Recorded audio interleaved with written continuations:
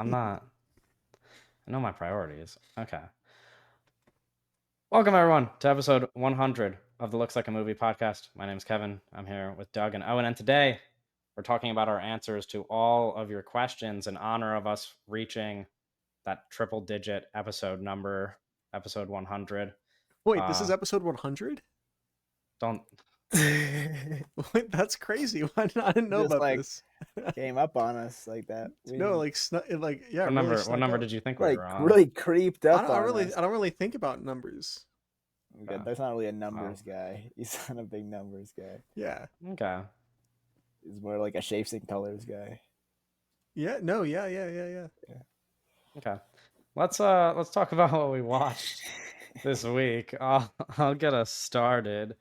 I watched Den of Thieves, followed by 2 trips to the theater to see Den of Thieves 2 Pantera. I watched it on Thursday, and then I watched it again on Friday. Is the 2 in the title? Yes. Okay. Den of Thieves 2 Pantera. Den of Thieves 2 : Pantera. Okay. That movie rocks, even more than the first one, although I don't know that that's going to be a common take. I've noticed that since posting a TikTok about it, my comments are flooded with people who said that the movie sucks. So, maybe a lot of people don't like it as much as the first one. I think maybe some people liked how serious the first one is and don't like that the second one is just essentially like closer to Fast and Furious than it is to anything that the first Den of Thieves was doing.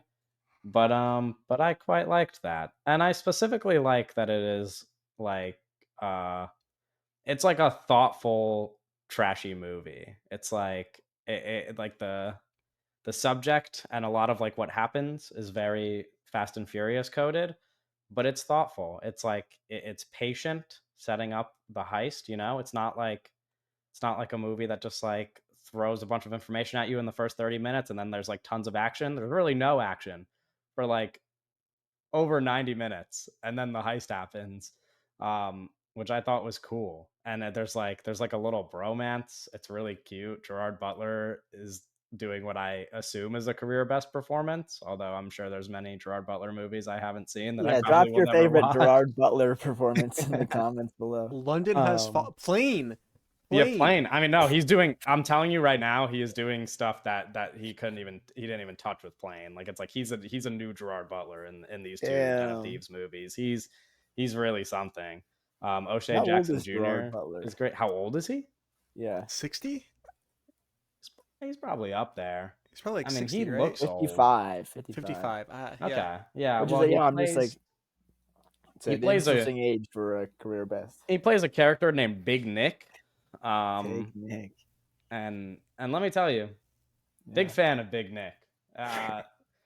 Den of Thieves 2 is really just a movie about 2 bros being a little too competitive.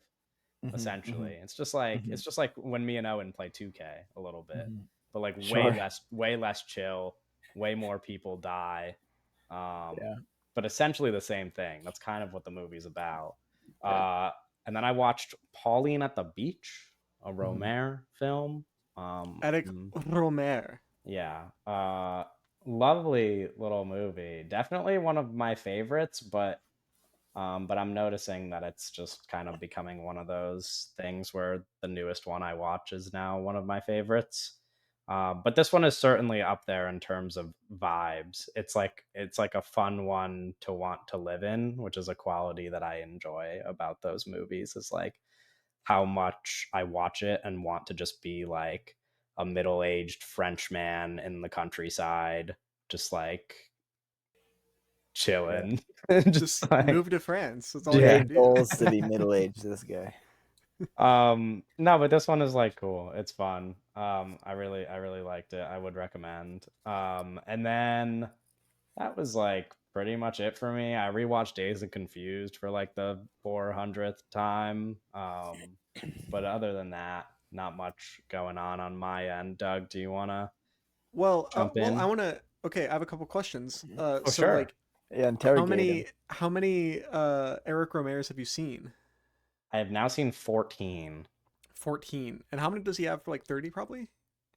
Yeah, something around there, but, like, so a number of those are, like, shorts. I mean, I Right. he has mostly 3, like, collections, which is what I've been going through, and then outside of the collections, just, like, a few features in addition to those, and this movie, Pauline at the Beach, is part of the only collection that I have not finished yet, so that's what I'm doing currently, and then Oh, I'll probably watch some of the other features. I mean, it looks like there's a lot here, but my understanding is that a lot of these are shorts or movies that are not very easy to to access. obtain. I see. Okay. Um, Okay. yeah, but I'm getting there. Was that you said you had a lot of questions? That was just one No, no, no. question. I was wondering about that because you've kind of been watching Eric Romer movies for a while.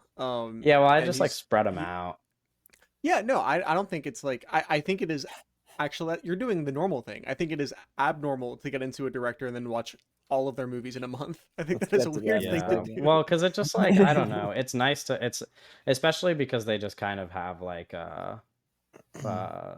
it's like nice to like live in that world for a bit, and if I do it all at Yeah. once then I don't get to like do it again. Like watching them for the first time is so fun that it's like I'd like to enjoy that every chance I can before I run out of movies that I get to watch for the first time again. So I don't mind spreading them out, but I am kind of trying to at least finish that collection that I haven't finished pretty soon here. So I'll probably knock out the last I think 3 movies that I have in that one.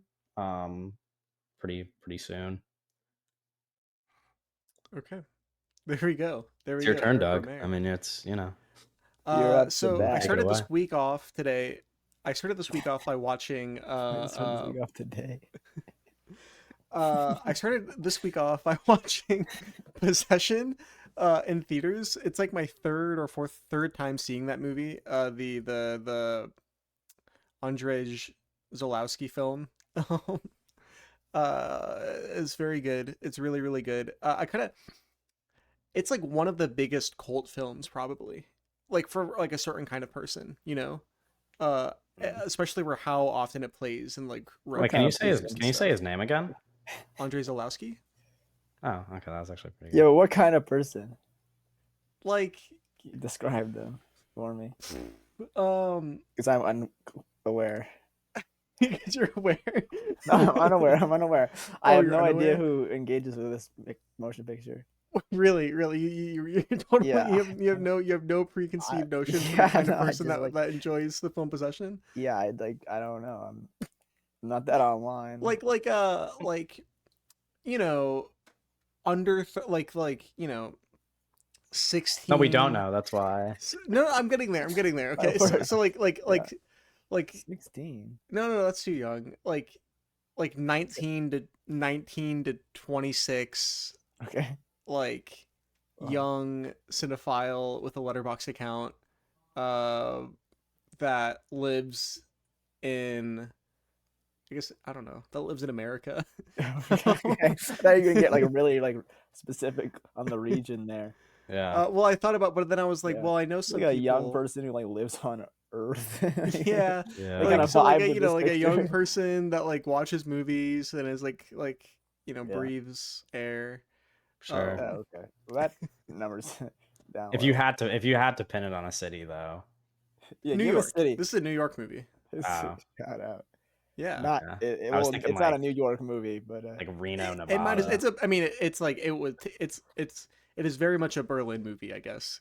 Um, consider it's like kind of about the Berlin Wall, but um. yeah, but those New York So I watched cats, that again man. in theaters this week, and that was fun. That's a good movie. And then I watched two Chow Hawk films that I haven't seen before: A Better Tomorrow 3, Love and Death, and Saigon. This is really interesting. So this is the third movie in a trilogy of crime films starring Chow Yun Fat called A Better Tomorrow, and they're kind of like these crime films with like these connecting themes of brotherhood. This third one is a prequel to the first one, and it takes place in Vietnam, and it takes place during the Vietnam War, and it's about these brothers who are from Hong Kong, living in Vietnam, during the Vietnam War, and kind of like seeing what is happening to the culture there, then going back to Hong Kong and kind of like the trouble they're in following them there. Then they go back to Vietnam for this girl, and it's like it's about a love triangle. It's about crime. It's like kind of like really interesting social commentary about the Vietnam War and how it affected people that lived in the East. It's really interesting film. Yeah, so that's Better Tomorrow 3, which is a movie most people have not seen. Another movie that people have not really seen. I watched Dangerous Encounters of the First Kind, 1980. This is another Chow Hawk film. This is this is like I okay, this is an important movie. This is an important movie because this is like the Texas Chainsaw Massacre. Um, but it's different because it's not like a slasher. It's not a slasher film. It's not a horror film in the way that we think about horror films, right? But it is an independent film. It's a really important independent film, really early uh piece of independent filmmaking in like a genre space Mm-hmm. in Hong Kong. It is a movie about Hong Kong. It is a movie full of characters that are kind of like that are not even kind of that are just terrible people to like varying levels. It's a movie that is filled with death. Like 30 people die in this movie. It's a movie where animals, like real life animals, are getting abused on screen. It is so dour and nihilistic and sick, and it makes me feel fucking awful, and it is really amazing. The film's kind of about this group of like friends that are really young, like 13, 14 year olds, I think, that are like that they become terrorists. They start bombing. They start like bombing Okay. public Yeah. places. It's like um, Four Lions. but then they get caught up with these American white guys Of that course. are Yes. like doing crime in Hong Kong, that are like on a business like crime trip, and then they just like are evil. The white guys are just fucking terrible. Naturally. And then things just kind of get fucking really off the rails. But it's really an amazing film. And yeah, I watched those two. Then I rewatched Conclave, and I kind of like it a little bit more, but I also think that this is such a deeply um flawed film. Like not a very Yeah, great. I'm not gonna It's not lie a great though. movie. Every time I see a joke about it on Twitter, it kind of hits. Every time I see somebody memeing one of the Cardinals on Twitter, I'm like, I'm in on the joke. Arizona. I enjoy the jokes. Like it's just like a fun movie. It's a It's a fun good three and a half movie. star movie. Yeah, It's exactly. like It's like a good movie. it's like It the is not kind a yeah, it's yeah. like the kind of movie I want to see often. Like I would like to Yeah, I would it's like enjoy well I would shot. enjoy a trip to the theaters to watch a movie like this once a month. It's well shot, super well acted, well written. It's not, it's not really doing too much of anything. I think the score is bad though. I think the score is Yeah, doing I too still much. stand by that. I still felt yeah, both Um, times. there's a scene towards the end where sorry, what's his name? Where Cardinal Benitez is giving his little speech towards the end of the movie, and he says something, and it's like it should be silent. It should be silent. It would be a little bit more powerful, but he says something, and then the score goes, and it's like, okay, dude, like what are we Yeah. doing? Um, it's like a vine boom. The Yeah. score has the That's intelligence of awesome. like the emotional intelligence of vine booms in Let's. Conclave. Yeah. What if there were actual? Would it be better or worse with actual vine booms in Conclave? Mm.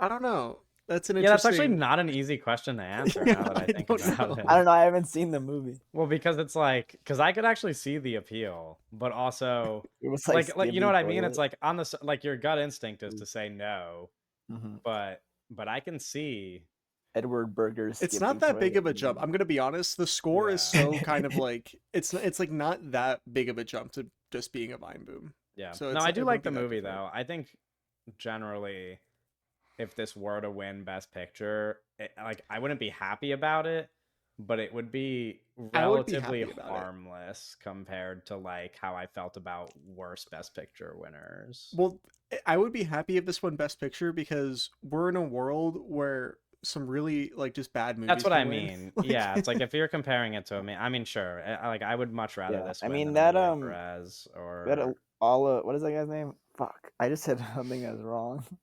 Oh I no. don't know Not who. Edward I don't know Berger. I what don't know guy who he That plays plays. Berger. Oscar Isaac Jesus movie is gonna win Best Picture next year. So I mean, we're Oh Oh, yeah, first yeah, cartoon to ever win Best Picture. yeah, yep.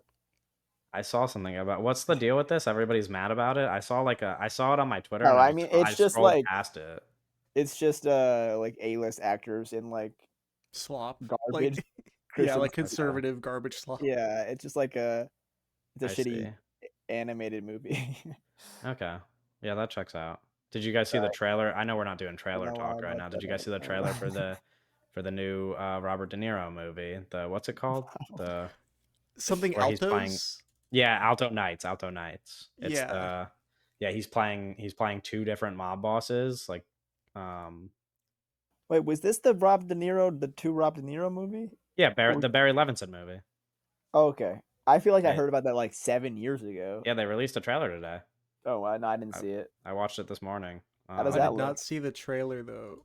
But I'll watch the movie. This I'll is not watch the what was movie. okay. Barry Levinson's last movie? Let's see. I don't know, Euphoria. Dope Sick, Oh, 2021.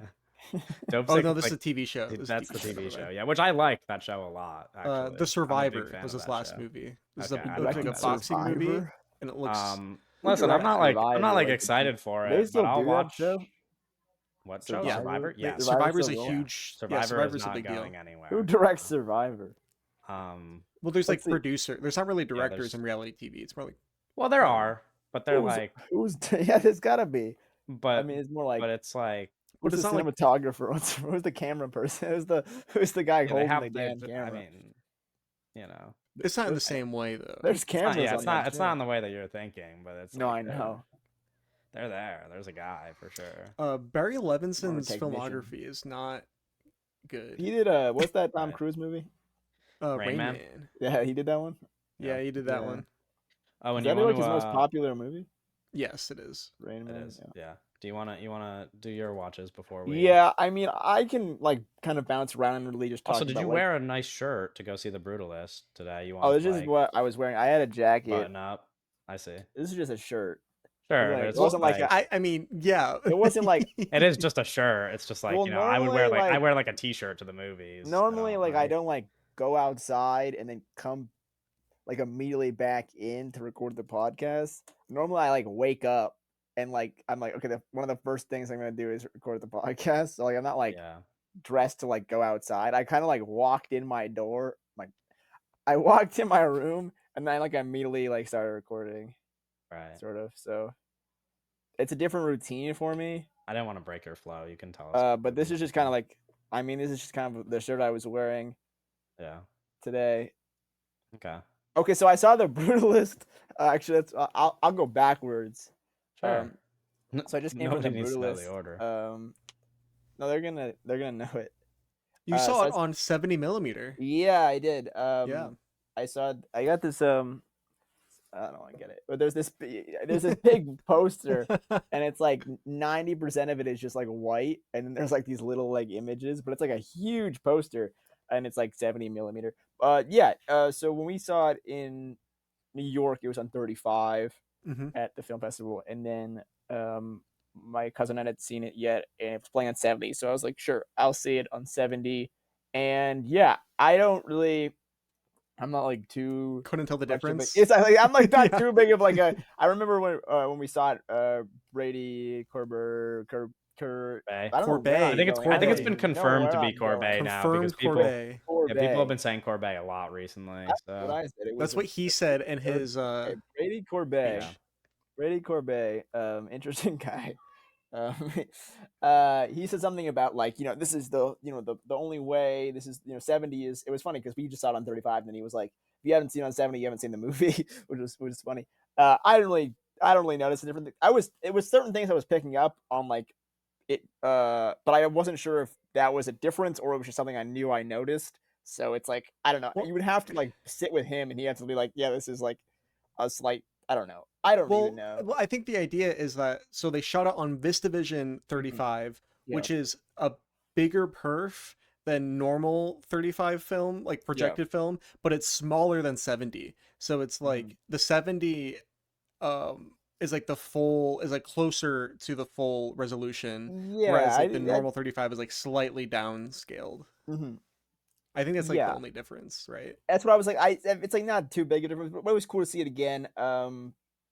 It's interesting rewatching it because it's so much movie, and there's just a lot of stuff going on, and yeah, I think I like that I saw it again, but I don't know.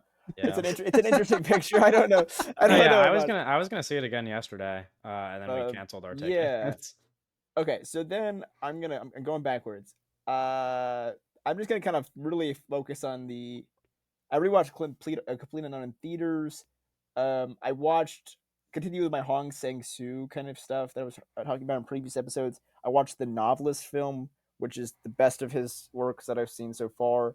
Really gorgeous black and white stuff in that. Continuing watching some Woody Allen stuff, notably Deconstructing Harry, which is probably the best of the bunch here, but some really good ones. The Purple Okay, Rose of same. Cairo, I would be interested in you guys watching because I think this is just such a fun movie. It's Mia Farrow and Jeff Daniels, and Jeff. It's a kind of a love letter to these old movies, and Jeff Daniels plays a character in the movie. Like she goes to see a movie, and the character walks off the screen, and then everyone in the movie is like, "What the fuck?" The guy like left, and so it's kind of like this like rom com, but it's Mia Farrow in like it's like it's a Depression era America, and she like is in love with a like fake person because they came off the screen. It's a ridiculous movie, but it has a distinct difference to the other Woody Allen movies where it's like less Woody Allen and it's kind of just like a more standard film, but it's also really awesome. I don't know. That one's a singular one that I'm gonna point out there. How many Um, Woody Allen films have you seen uh, now? it's like 14 or something. Okay. Um, let me see. I know he has like 70 movies, so it's like it's That's not the that thing is much that yeah, I find him but to be someone that I can kind of throw on pretty easily. Like I think a lot of his movies are pretty like easy watches, and there's like not really, and that's like for better or for worse. But I think he is someone that's like pretty easy to kind of if you like his movies enough, like to kind of just watch a bunch of them, and like they're all in like Tubi, so like that kind of Makes rocks. sense. Yeah. Yeah, they just like throw like him and Plansky are just like dumped on Tubi. Yeah. um, let me see. I've seen 14 Woody Allen movies. Nice. Um, let me continue this. by I all Um, means, yeah. oh, okay, yeah. So I guess we're going that far back. I would say also I brought up some of the other ones, but Cassandra's Dream is a Woody Allen movie from 2007, starring Colin Farrell and Ewan McGregor, and it's like a crime drama. Which also it's another movie that doesn't star Woody Allen. He frequently stars in his movies, but some of them doesn't. Some of them like the ones that are like less like him, maybe like the less typical. He's not really in as much. But it's a really good movie. Um, I don't. It's like it's bizarre because it has like people will talk and it's like, oh, it's a Woody Allen movie, but then it's like the subjects and the kind of the feelings that it's evoking and the kind of the places it goes are unique for him. And there's also a film that came out in 2007, which is kind of crazy because it's one of my favorites of his.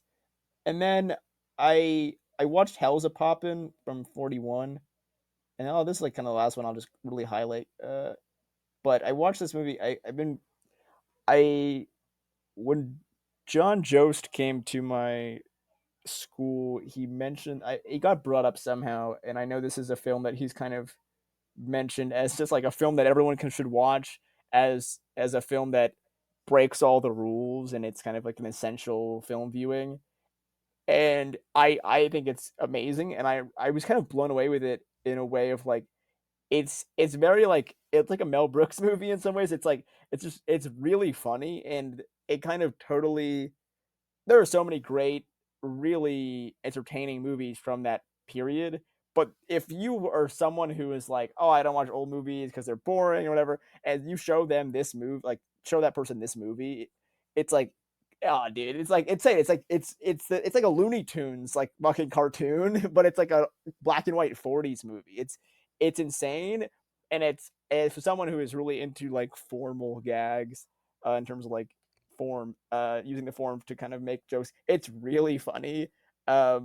It's great, but it's like kind of like I don't know I don't want to like use Deadpool as an example, but like in terms of like breaking the fourth wall and shit, and like it makes Deadpool look like fucking like even worse shit, because it's like, oh, dude, if you just, I don't know, if I was like, hey, you have to fucking make a Deadpool movie or you're getting shot, like, dude, just make like the Hell's a Poppin' is like a fucking blueprint on how to do like fourth wall break comedy, and this movie came out in the 40s. This movie is so funny. I don't know. I would recommend this movie. I think it's like, again, I think this movie's like essential fucking viewing. I think it's so insane. But it's also like it's 84 minutes and it's like the funniest 84 minutes you're gonna have. It's crazy. It's a really crazy movie that starts in like hell.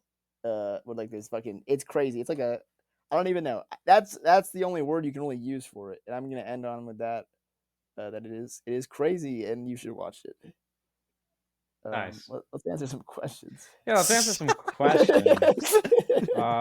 Okay, people sent us questions from the YouTube Yeah, comments, the Spotify comments, Twitter, email, everything. And I've got a How many full emails list did we here. get? We got 2 emails. Oh shit. Shout I out to think at those least. I'm 2 not sure I emails. have the exact count on that. I'm pretty sure it's 2. But anyway, How would you miscount 2? well, I don't have them. I don't have like the number marked down. This is just from memory. Yeah, but you don't But forget 3. I mean, I understand if it's like 13, okay, but sure. if you got 1 email, you would know you got 1 email. Okay. If you got like 3 or We're already 4, you starting would with know this. you got 3 or 4 emails. Okay. Anyway, Owen has something undiagnosed. yeah. Kind of It's going that's on not here. one of the If that's you not one get of the 2 emails, questions. you know That's you just get one of 2 the emails. answers. So anyway, I've got all these questions. I've put them into like relative categories so that it's easier for us to sort through them, and also to avoid maybe doing like repeats. We could kind of just like knock out some questions that are very similar to each other together, but I don't want to exclude any viewers, so I want to at least mention them, But anyway, I think a natural place to start would be with these questions that are basically about getting into movies and or wanting a career in film. So friend of the pod, Megan, Owen's relative, Megan, asked what started your passion for movies, and another follow up question from Aberrant in the Discord is what films/filmmakers got you most into film. Uh, and there's a second part to that question, but I think just for that first part, those two kind of go together. You could talk about those jointly. Does anybody want to knock that one out first? Doug looks eager. No, Yeah. um, I'm not an eager guy. I'm fucking chill, okay? Bouncing off the walls. No, I'm a chill guy. What? So I think that this is a difficult question. F- you know, because for me at least, I there was never a time I was alive where I was not like didn't know Not what true. movies were, or kind of like It cannot be watching true. movies regularly. I'm No, it's the literally same thing for Bro, it's me. day 1. He popped out the. It's the no, same I'm thing not for like me. I can't confirm Yeah. it, but like within the first week of being alive, I almost was certainly in front of a TV watching a movie. Yeah. Like maybe not Sure.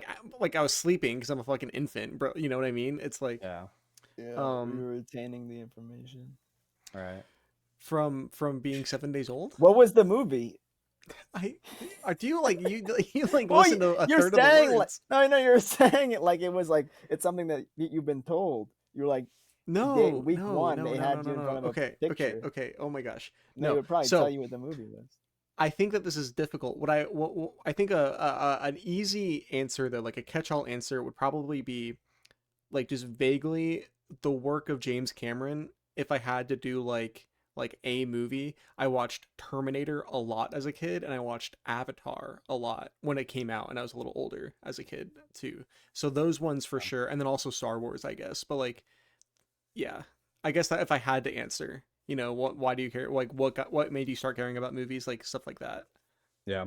Owen, do you have an answer for this one? Yeah, I don't know. I think like when I was younger, um I remember always being I think I think the Harry Potter movies were like a big thing for me as a kid, and it was one of those things where like you would see people like Daniel Radcliffe and like those younger actors, and you would be like, oh, they're like a part of something that's like really cool, and like you want to be involved in that way, in some way, whether it's literally being a wizard or being a part of movies. There's like something that it's a very attractive to some like a younger person, and then like yeah, like I said, Star Wars was big, um, and yeah, I don't know, I was always into movies and like making movies, but I don't know what exactly is that a yelling? There's yelling going That on. was That crazy. was very scary, yeah. That was crazy. Jeez Louise, wait. But yeah, I don't know. It's I don't really have a pinpoint. I think for me, like to go like past decade though, I think it's I don't know, I kind of stumbled upon it as being like something that I was always interested in, but kind of just randomly fell into it in terms of like, oh, this is what like I'm going to go to school for and stuff like that. It wasn't like that wasn't like something that from like day one that was a plan, but I guess looking back on it, it was something that I was always interested in like doing. I was always making movies. Just I was never like, I was going to go to school for it. Like that wasn't never the kind of original idea, but I don't know if that Right. makes any sense, but No, I that don't makes I sense. don't think it was a specific movie rather than like I was always interested in movies. And I think you talk about like specific childhood movies are like big ones, but Yeah. yeah. Yeah, my answer's not too different from either of yours. I feel like I've talked about this a lot on the internet, but essentially, like, same deal where I just kind of have always watched movies, and then once I got, around high school age, I guess I decided that there were specific movies around then where I decided I wanted to like go into that career wise. But when I was a kid, it was mostly just that I was super exposed to them. My dad, like, now as an adult, it's funny because I look at the movies that my dad watches and I'm like, so many of these are dumb as shit and like bad.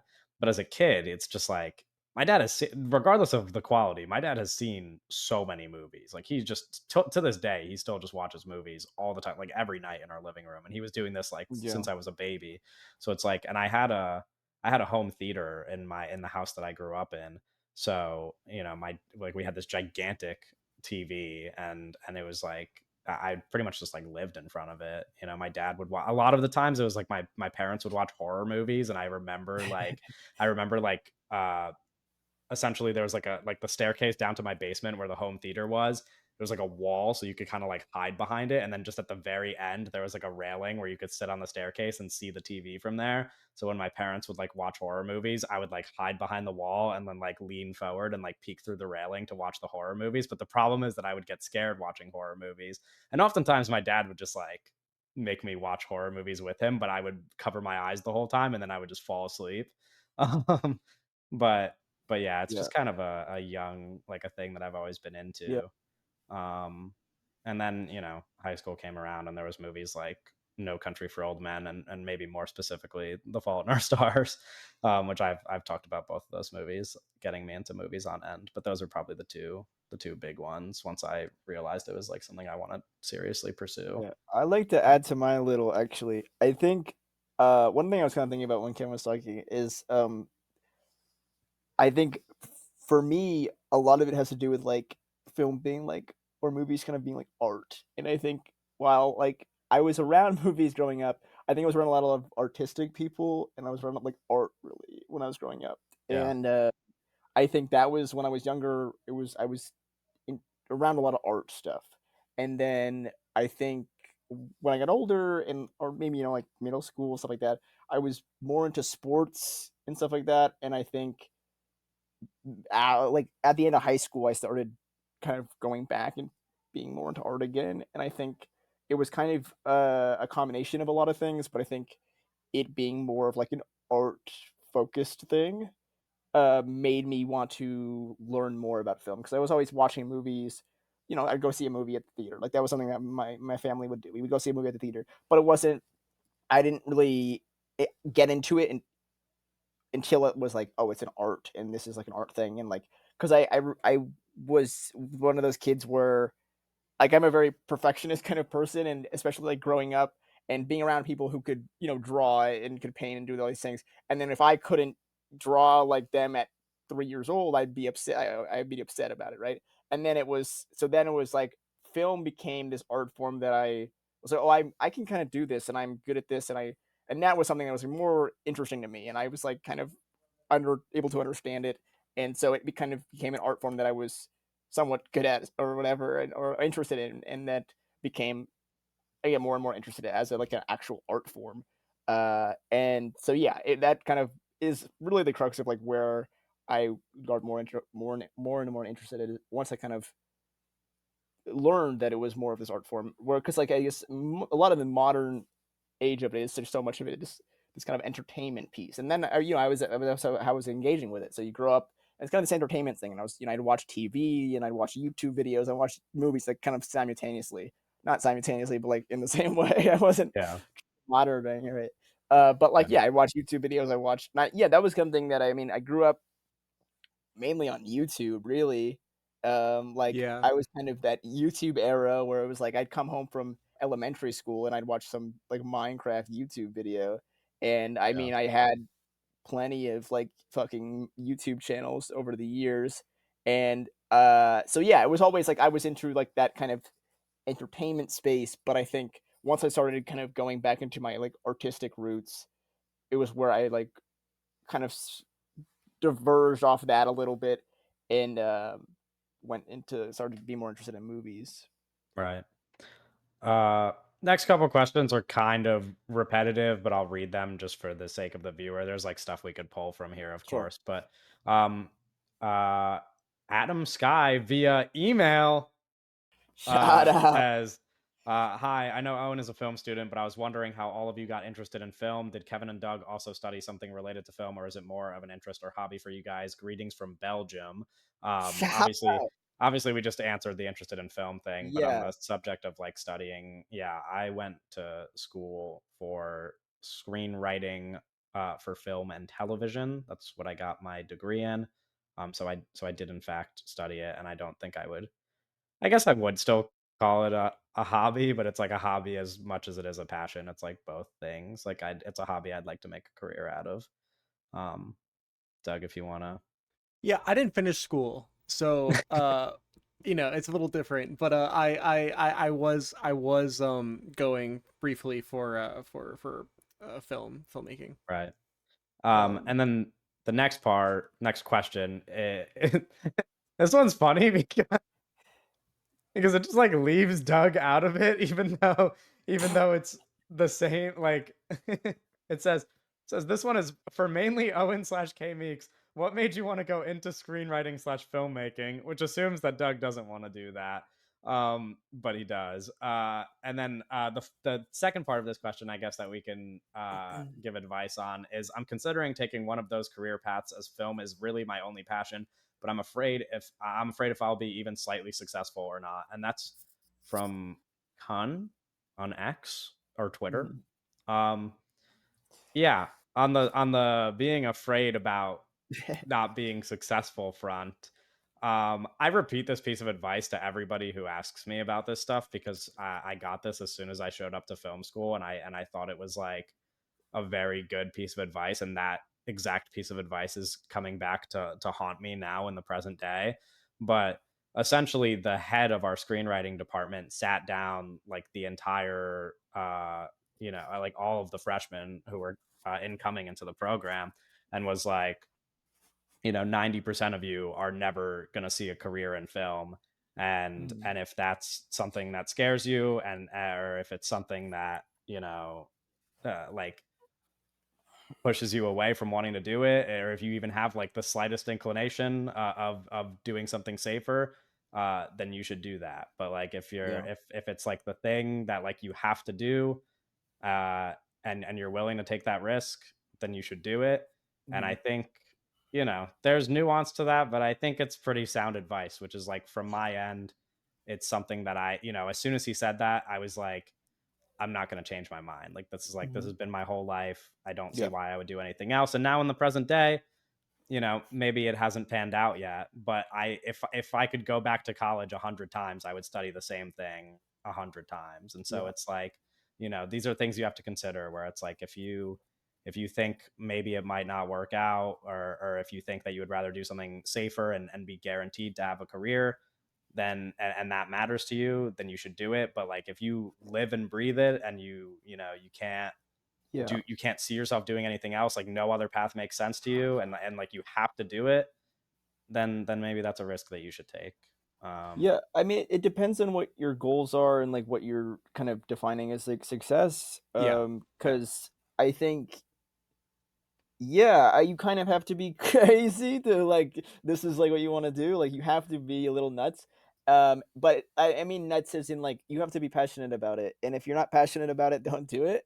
Because there's a lot of people that, from personal experience, there's a lot of people that go to film school that don't care, and you're Yeah, going to like day one. You're going to recognize that there's either people who care way more than you do, or there's people that care way less than you do, and this is true. Yeah, it's really like if you care enough about it, I think you can make stuff. It's like you can make stuff with your iPhone, you can make stuff with a camera. So like if you want to make stuff badly, I think you can find a way to make stuff. It's are we But if we're saying like, hey, are we leveling success as like, making a $1 million movie or whatever. It's a competitive thing, but I think I wouldn't worry about that if you truly care enough about filmmaking, and this is like again like what Kevin said, if this is the only thing that makes sense for you to do it, of course do it. But I don't know, there's I think if yeah, I don't know, if it's what you are passionate about, I think you should do it. yeah, I want to add another layer to this and say like this person's probably pretty young, like Yeah. 16, sure, 17, right? yeah, Yeah. And it's like and they're thinking about going to school, Uh-huh. like college or Yeah. university, and this also like it depends on what kind of school you want to go to, what kind of programs you're Yeah. applying to and getting Yeah. Yeah. Yeah. into. And it's like if you're like, "Oh, I want to go to school for filmmaking," and you're going to like not an awesome filmmaking program and you're spending $50,000 a semester Yeah. yeah. You or might something not crazy, it's like learn a ton. you should like Yeah, rethink, you know what I mean? Yeah. Like yeah. so, No, No, I mean that's it's not it's a wrong. it's a big thing. I think I mean, if you are going to school, you better, I mean, work at finding the school that fits you. It's not every school is going to fit everyone. There's no like right school for everybody. But I think there's a lot of different. That's like film school. It's like a really broad term because there's a if lot of different schools and a lot of different ways that these schools work. yeah, So I think it's, look for the school that kind of is suiting what you want to do, because there are certain schools that are kind of there to get you an industry job. Like these are like how to yes. work in the industry schools. And there are also schools like my school isn't really like that. It's more kind of the art side of things. So it's like we're going to learn how to make kind of this as an art rather than like just helping you get an industry job. So it really Yeah, depends on like what your goal is and like who you are as like a person.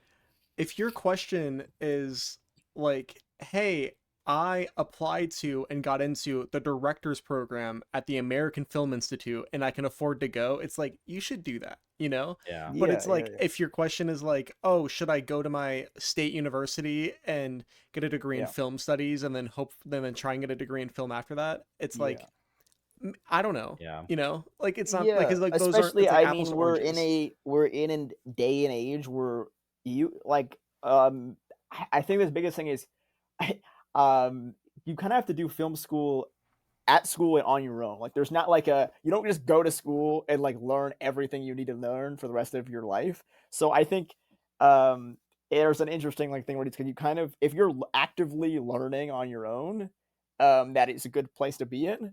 But yeah, I think that's what Doug said is I think certain schools are just not going to be super helpful, and Yeah. yeah, I think it And it's depends on the school, but also I think yeah, it's worth mentioning too that like you don't really have to have everything figured out by the time that you're school age, and so you yeah, very easily could go to school for a different degree, still be passionate in film, find a career in the degree that you got, and Mhm. continue to pursue filmmaking. Like that's not going to go away. And if you're passionate enough about it, that is something that you could spend your whole life trying to achieve, regardless of what you're doing for Mhm. work. I mean, many such cases of people Yeah. who work in Hollywood getting there after working in other careers.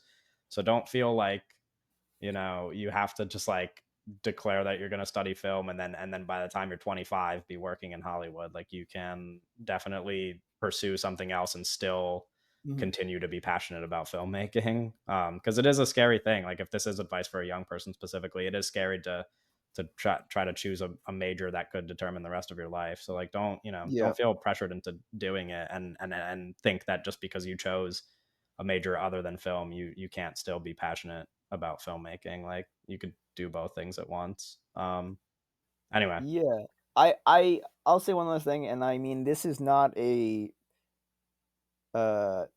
something that everyone is just going to be able to do, and I'm not even saying like recommend this. But I just want to say what I did from my kind of life, or my kind of anecdote here, is I kind of was still kind of getting into it really, and I took some time off in between high school and college, and I just did film school for me. Like I was just making short films and watching movies and reading and doing whatever. And then I was doing it into a point where I couldn't do it anymore on my own, really. I was just let me do film school until I can't do it anymore on my iPhone and watch movies. And then I was like, okay, this is really what I want to do. Like this is my passion, like this is what I want to do. And obviously everyone is not able to do that. But I would say if you are able to, or in your high school, whatever, in your high school right now, and you spend some time, make some movies on your phone, I'm sure everyone else watching us right now, they watch plenty of movies, right? But I think if you're passionate enough, I think just follow that passion, and whatever you end up in, I think that's probably a good place to be. I yeah. think you'll be all right. Um, the next question, kind of a repeat of the first question. If you could attribute your passion for film to one specific movie, what would it be? I guess that's hard, but we kind of Yeah, we answered kind it. of I talked mean, about it. I don't know. when I mentioned like The Fault in Our Stars, I think that was a big thing Yeah, pushing me in the direction of filmmaking. But like, if I was just gonna say what made me passionate about movies in general, I might lean in the direction of like the Harry Potter movies from growing up. I mean, that's yeah. like, I think that You is guys it are so for lame. that's You guys are so okay. lame. I mean, No, that's like because you What? and I Owen both said the Harry Potter yeah, movies. but that's they the were answer for most people our age. It is Yeah, they like were Yeah. kind pretty of Harry big, Potter man. is the Yeah. Star Yeah. I Wars Yeah. mean, of Yeah. our if I was time born a for like couple people years our later, that shit age. would have been Marvel. That shit would have said Yeah. Marvel movies. It would have said Iron Man. Yeah, you should be I, thankful we were Harry Potter age and not Marvel age. Like yeah, man. there's much worse positions to be We in. But got yeah, we got Marvel age people it's watching this video. that's true. Yeah, but it's We probably we Harry Potter. are Marvel age. We were No, all yes, of you're us right. were We under oh, 10 years old when no, Iron we Man came were out. Marvel age, but it's a Yeah. different there are Yeah. people who It's who are different. born and then the first things they There's a like. whole generation of people that are Yeah. just Marvel age, I Because guess. really Yeah, the because age we really had the age the is being born prequels and after the Lord of the movies come Rings and out. Harry Potter. I mean, that's not Yeah. like that. Not like people can't see that movie. But Yeah. I was, I don't know how old I was, but going to those midnight. I went to the midnight premiere of the one of the Harry Potter movies, and that's and then a I'm couple gonna years guess it was later. the last one, probably. No, it was Just what's the one with the book or the fucking. okay. We Oh don't no, I'm have forgetting The the book? Half Blood Prince. The Half Blood Prince. oh, Oh, okay. okay. I went to that one. Yeah. I went to a couple of And I went to myself. Anyway, the Hobbit the Hobbit do movies. you You know guys do those? you Oh, guys have an yeah. answer for a specific movie, or is this too No, hard to I pin don't down? know. Um, I Yeah. don't, maybe It's maybe also fine for it to just be impossible. I mean, it is kind of yeah, a I difficult don't know. it's kind of It's difficult some to of just those put it on one movie. yeah. I guess Avatar or the first Terminator. I don't know. Yeah. Because I watched the first I'm Terminator when I thinking was younger, but Avatar was so right. big. Um, Um this is a hypothetical question. Where do each of you envision yourselves in 5 years from now, or where do you hope to be? don't want to think Um, about that, Jeez. to be honest. yeah, Yeah, I don't what? really love thinking about that right now either. I guess like, well, I won't give too much insight into my personal life because I don't want it to get too I don't want to air it all out on the podcast. Yeah. But it's, I think a lot of it is like me figuring out career stuff, and it is Mhm. entirely possible that I'm doing something that's not Cameron's film gonna be related 5 years from now. 35. Yeah, I'm gonna be 42. I'm gonna have my second child. Um no, I mean Jesus. I don't know.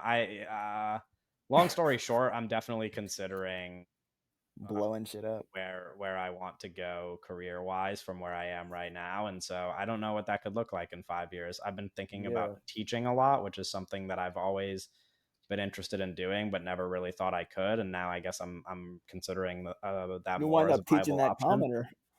Yeah, it's possible. That's But I don't think it is possible actually, Yeah, you don't think it'll get there in time. it's like I'd like to think that in 5 years from now everything works out and is jolly, and I'm a professional screenwriter. I don't think that that's Who's gonna be likely, president in but 5 years? um, That's a great question. That's that's a I not one of the powerful I should Q&A question. questions. we actually answering the questions. I shouldn't be asking. I shouldn't be Yeah. adding Oh, and extra. do you have an answer for this question? What was the question? Oh, 5 years. Yeah, Yeah. I mean, Doug kind of pointed at it, but it's like at this point I am kind of living sort of day to day in like I don't want like to like look too far ahead. I mean, I not like day to day sounds like awful. But like yeah, I have like I have the semester coming up, and I have sort of ideas of what will happen next year. But I don't, and I have goals. But I'm not someone who like likes to like write the goal down and be like, this is the exact goal.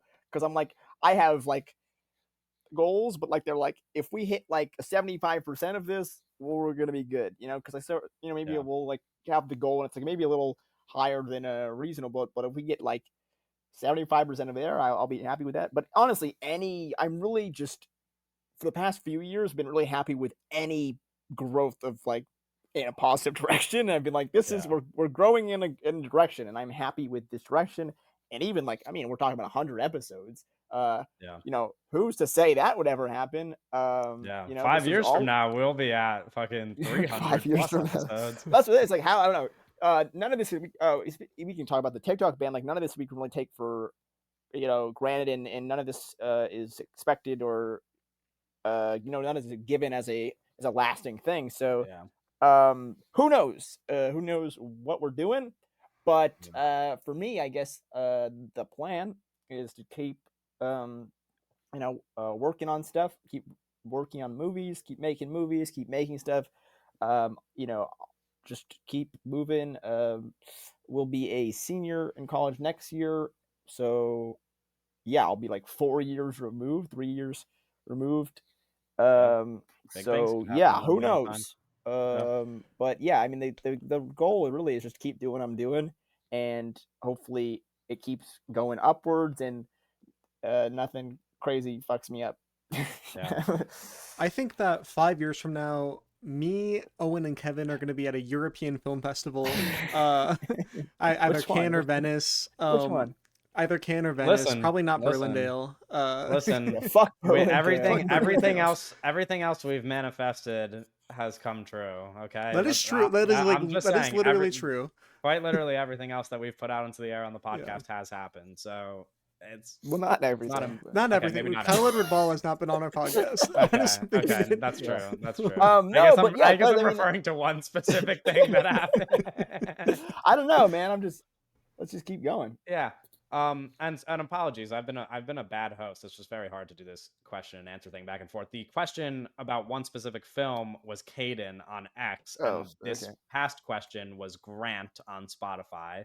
So shout out Ooh, to both of shout those out. people. Shout out Shout out. The Spotify. next question comes from friend of the pod Hayden, who asked, "What are the three of your guys' dream jobs within the industry?" I feel like we could have a pretty Wait, quick did you and to see the point. did Hayden say 3 jobs? The No, Like three he of three said of you three of us. I was guys. like, The us. three of three us. Yeah. jobs, dude. Yeah. I Yeah. don't know if I can handle 3 Um, jobs. Yeah, I mean, I think this is a pretty quick and to the point answer. Like, Get the obviously, for me, coffee it's guy. just to be a screenwriter, Get the fucking coffee guy. if That's my anything. dream. I mean, not to say that there's not other jobs I wouldn't enjoy, but like, if we're talking dream jobs, it is just to be writing scripts for movies. Mhm. Doug, Well, so dream job. So I'm so okay. I'm so in the weeds of Chow Hawk, In the who weeds. like Hong Kong legend, and he comes from, obviously he's like in his 70s now, so he comes from uh, a world, like a filmmaking world that literally does not exist anymore, right? As an industry. Hmm. Hmm. But like I think about what he did when he was younger and the kind of filmmaker he was, and I'm like, oh yeah, that's kind of the dream, really, where he was a director, he was an actor, he was a writer, he was a producer, he was just involved in all of these movies doing Hmm. something. Like it was a workshop. It was him and a bunch of other creatives, and like he was just like involved doing what he could to make the movie, right? So I think Yeah, Yeah. that's kind of where my head is now at a little bit when it comes to yeah. stuff like this. But Owen, do you have an answer for this one? I mean, like the one word answer is like director, Right. but Yeah. like the like longer answer is I just want to make as many movies as I humanly can make, because like as Yeah. many movies as I can make until I don't want to do that anymore or I die. Really, Right. it's like until I either burn out or I can't live anymore. So yeah, the goal right now is to just make as many movies as I want to, because not like in like a way of like speeding through anything or like, but in a way of like, because I want to get as good as I possibly can, and I think that is Yeah. how you get better, is making more movies. So my goal right now is to focus on one movie at a time, because I struggle with well, I don't, maybe it's not a struggle, but I don't like multitasking in terms of like, because normally if I anything I'm thinking about is going into that movie, so I don't want to. It's like hard to like Yeah. work on two movies. But right now I'm working on something, and then I'll work on something after I'm done with that, and then I'm gonna work on something, and I'm just keep going. And really, I mean, whether it's a $5 movie or it's a lot of money towards it, it's not really. I mean, the dream. I honestly, it's like I would love to make a bunch of mid-budget movies, and I just make as many as I can of that. So mid-budget, that like $10 million, yeah, like like yeah, I'm not really interested in making like a like $300 million movie. I don't Right. know. And that's like a silly thing to say, because it's like, yeah, if someone it's like, hey, make this $300 million, of course I'll do it. But Yeah. I think that's something that's missing. And we talk about like the death of the mid budget movie, but I think that's such an interesting space Yeah. to be in, That's and definitely the space that interests me the it's so most about, fun. like, I I mean, don't there's know, even as just like if I was writing, like I don't know how I would write a yeah, blockbuster how are you? or Yeah, enjoy yeah. writing a blockbuster. Like it's like when I think about the stuff that I enjoy writing, it is mostly movies that would not cost a lot to make. Yeah. So that's what it's like. Yeah, I kind of, and that's the thing too, is if you were focused on making those big movies, you probably couldn't make too many of them. But I think Yeah. if you're good enough filmmaker, and you're lucky enough, and people like you can make a bunch of those little ones. So yeah, I'd love to make a bunch of little movies. But yeah, I don't know. Again, it kind of falls in with that 5 year thing, but it's really like I'm just gonna make movie after movie, and then we'll see what happens with that. And but yeah, I mean, it's cool making these movies now, and everyone watching those. So you know, I'm cool where I am, but we're kind of moving up on the thing. So we'll see how it Yeah. goes. Yeah. Okay, before we move on to the next category, Aberrant's question on Discord had a second part that I failed to Two acknowledge, parter. which was what filmmakers are on your radars slash that you're wanting to get into. Um, this is easy. I This is like the easiest question so far, okay, probably. okay. Yeah, I mean, this is also there are more questions later in the Q&A that are very to the point where like we have concrete answers for them. So yeah, Dylan, Yeah. you want to take this one away? Yeah, so the first guy is Johnny Toe. That is I'm kind of wrapping up. I've seen almost every Chow Hawk film, and I'm not like speed running to 100% it because that's dumb. That's a dumb thing to do. But Yeah. I'm kind of like wrapping up on him a little bit, and Johnny Toe is a more significant filmmaker, and and I have only seen like two of his movies, and he has so many, and I'm super interested in him. It's like him, John Ford are like the two guys that, like, if I have not seen most of their movies by the end of this year, I kind of failed as a viewer of films, I think. Right. Yeah. I think for me, it's a lot of like continuing people that I've just kind of scratched the surface with. Like, I guess more recently, Yeah. that would be Kiyoshi Kurosawa, Bertolucci. I've just watched two films from, and I want to keep watching a lot more. I've watched like 8 Steven Soderbergh films now, but I just kind of like want to watch all of them because he's just like Mhm. a guy I really like. I've only seen 3 Todd Haynes movies, but I feel like so connected to him anyway, so I definitely want to Doesn't he watch only the have rest like of it. 5 Yeah, he movies? only has like 10 movies, so I really don't have much more work to do.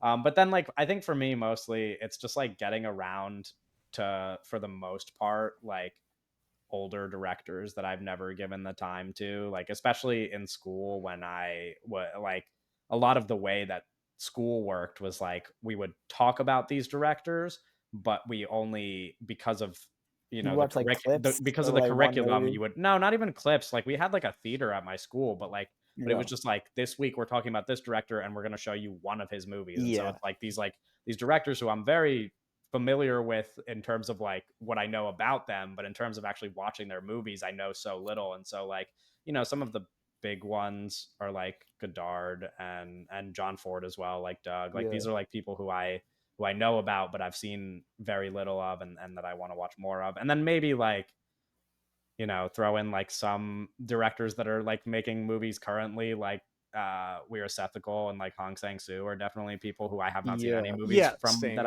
same. I want to get into. So those are big ones for me. Owen, do you have Yeah, any? I'll tell you. I'll When you talk tell you about, what. well, I was just thinking when you said you're talking about. That's the thing I hate the most is when they show clips, because like Yeah, my sometimes school was not very much a clip clips school. is so bad because No, I we just think didn't it's we such a didn't do a stupid. lot of that. They one time, well, it's just it's so weird because like I have seen the birds, but one I forget what she was my teacher was even doing, but she showed like the final scene of the birds as a clip and was like trying to explain something, and I was like, this is, and I understand why, because it's like you only have so much time, and you're trying to make a specific example, but it's tough because it's like fucking you're showing the end of a movie to a Yeah, class that has, I can promise you, not all seen the birds. So yeah. that's not really the question or really irrelevant, but I had to say that.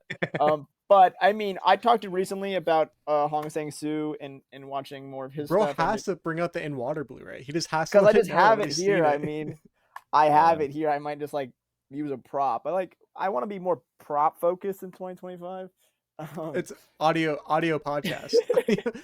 Yeah, but I mean, we got a video now on Spotify. That's true. Yeah.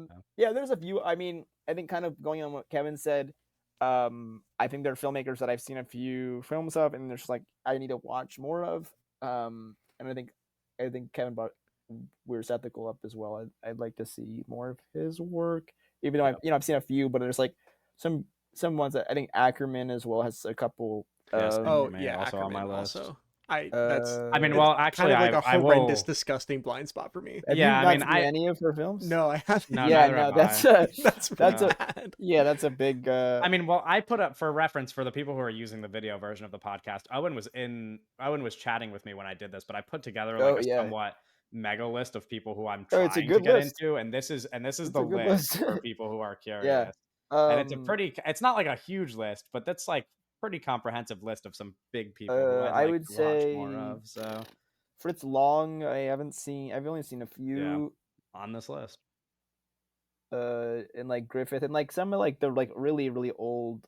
I Yeah. need to watch more silent films. Yeah. Everybody does. Everybody needs Yeah, to watch more Right. silent films a and lot of the westerns. like more Interesting silent question in relation to that coming up later on the a pod. lot of the silent masters Yeah. I would love to, because they have so that's the thing is they have so many movies, Yeah. and yeah, Ford as well. But there's like a lot of it's like, yeah, I've probably seen, if I'm like I like the director enough to continue to watch more movies or like bring them up now, I've probably seen a few of them or at least one. But there are a few directors that I'm kind of not probably not bring up because I'm not kind of blanking on them, but there are a few I know that like I haven't seen anything of, and that's exciting. But Yeah. most of the time, it's like, yeah, I've seen like one or two of their movies, and I'm like, yeah, I should watch all this guy's movies, but I can't watch all of them at the same time. That's Yeah. well, you're trying with Woody Allen. You're doing your Yeah, best. no, Yeah, yeah, you will no, probably watch every Woody well, Allen movie it before you depends. even scratch the It's a surface difference with most of because these other people. some of these directors, you got to be really you're more focused on it with others. It's like some Yeah. like with Woody, I feel like I can watch like 2 Woodies a day, 3 Woodies a day, and like be fine. But it's like I'm not gonna watch. I think with certain people, it's like I gotta really think about it and like it. Yeah. Different filmmakers make different films, and certain ones you can kind of just brush off and be like, oh, it was fun, and and certain Right. ones you kind of have to sit with. So that's why different directors work differently, and Yeah. also certain filmmakers make longer movies that take more time in your day. Yeah. Um, Yeah. but yeah, I don't know. There's a lot of guys, I think, mostly focusing on like uh older stuff, but also just some, I don't know. Yeah, I don't know. We got some interesting Yeah, let's stuff on move on. the. Let's move on.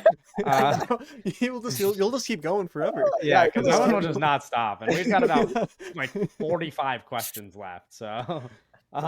okay. Anyway, next category of questions is people who are asking us questions about making or doing the podcast. Okay. The biggest one, of course, is both Luciano from Spotify and Zane on Discord asked how we met and started the podcast slash whose idea it was to start the podcast.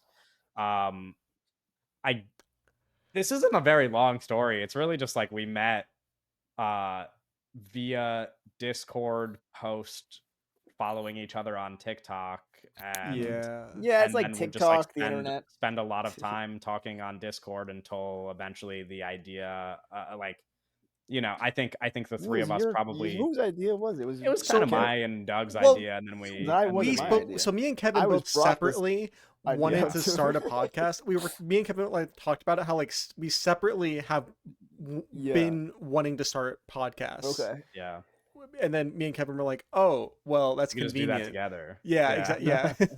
Yeah, And then Okay. yeah, but I think the three of us collectively kind of talked more than anybody else that we knew, and so Mhm. it made like it was pretty logical for the three of Yeah. us to do it together. And so that was kind of just it. I mean, yeah, it's not like a glamorous yeah. story It's or anything. nothing It's Yeah. just Well, like the crazy. we problem, met I on think the we met big on the is we internet, kind and of like we kind of even now we do like podcasts off podcasts. Like we're right, yeah, just we spend a lot talking. of time talking. For We spend a for lot the of time viewers, the talking viewers to don't each get other. to yeah, the viewers don't get to see it, but we spend It's most of kind our of So this day is just talking like, to hey, each what if we other.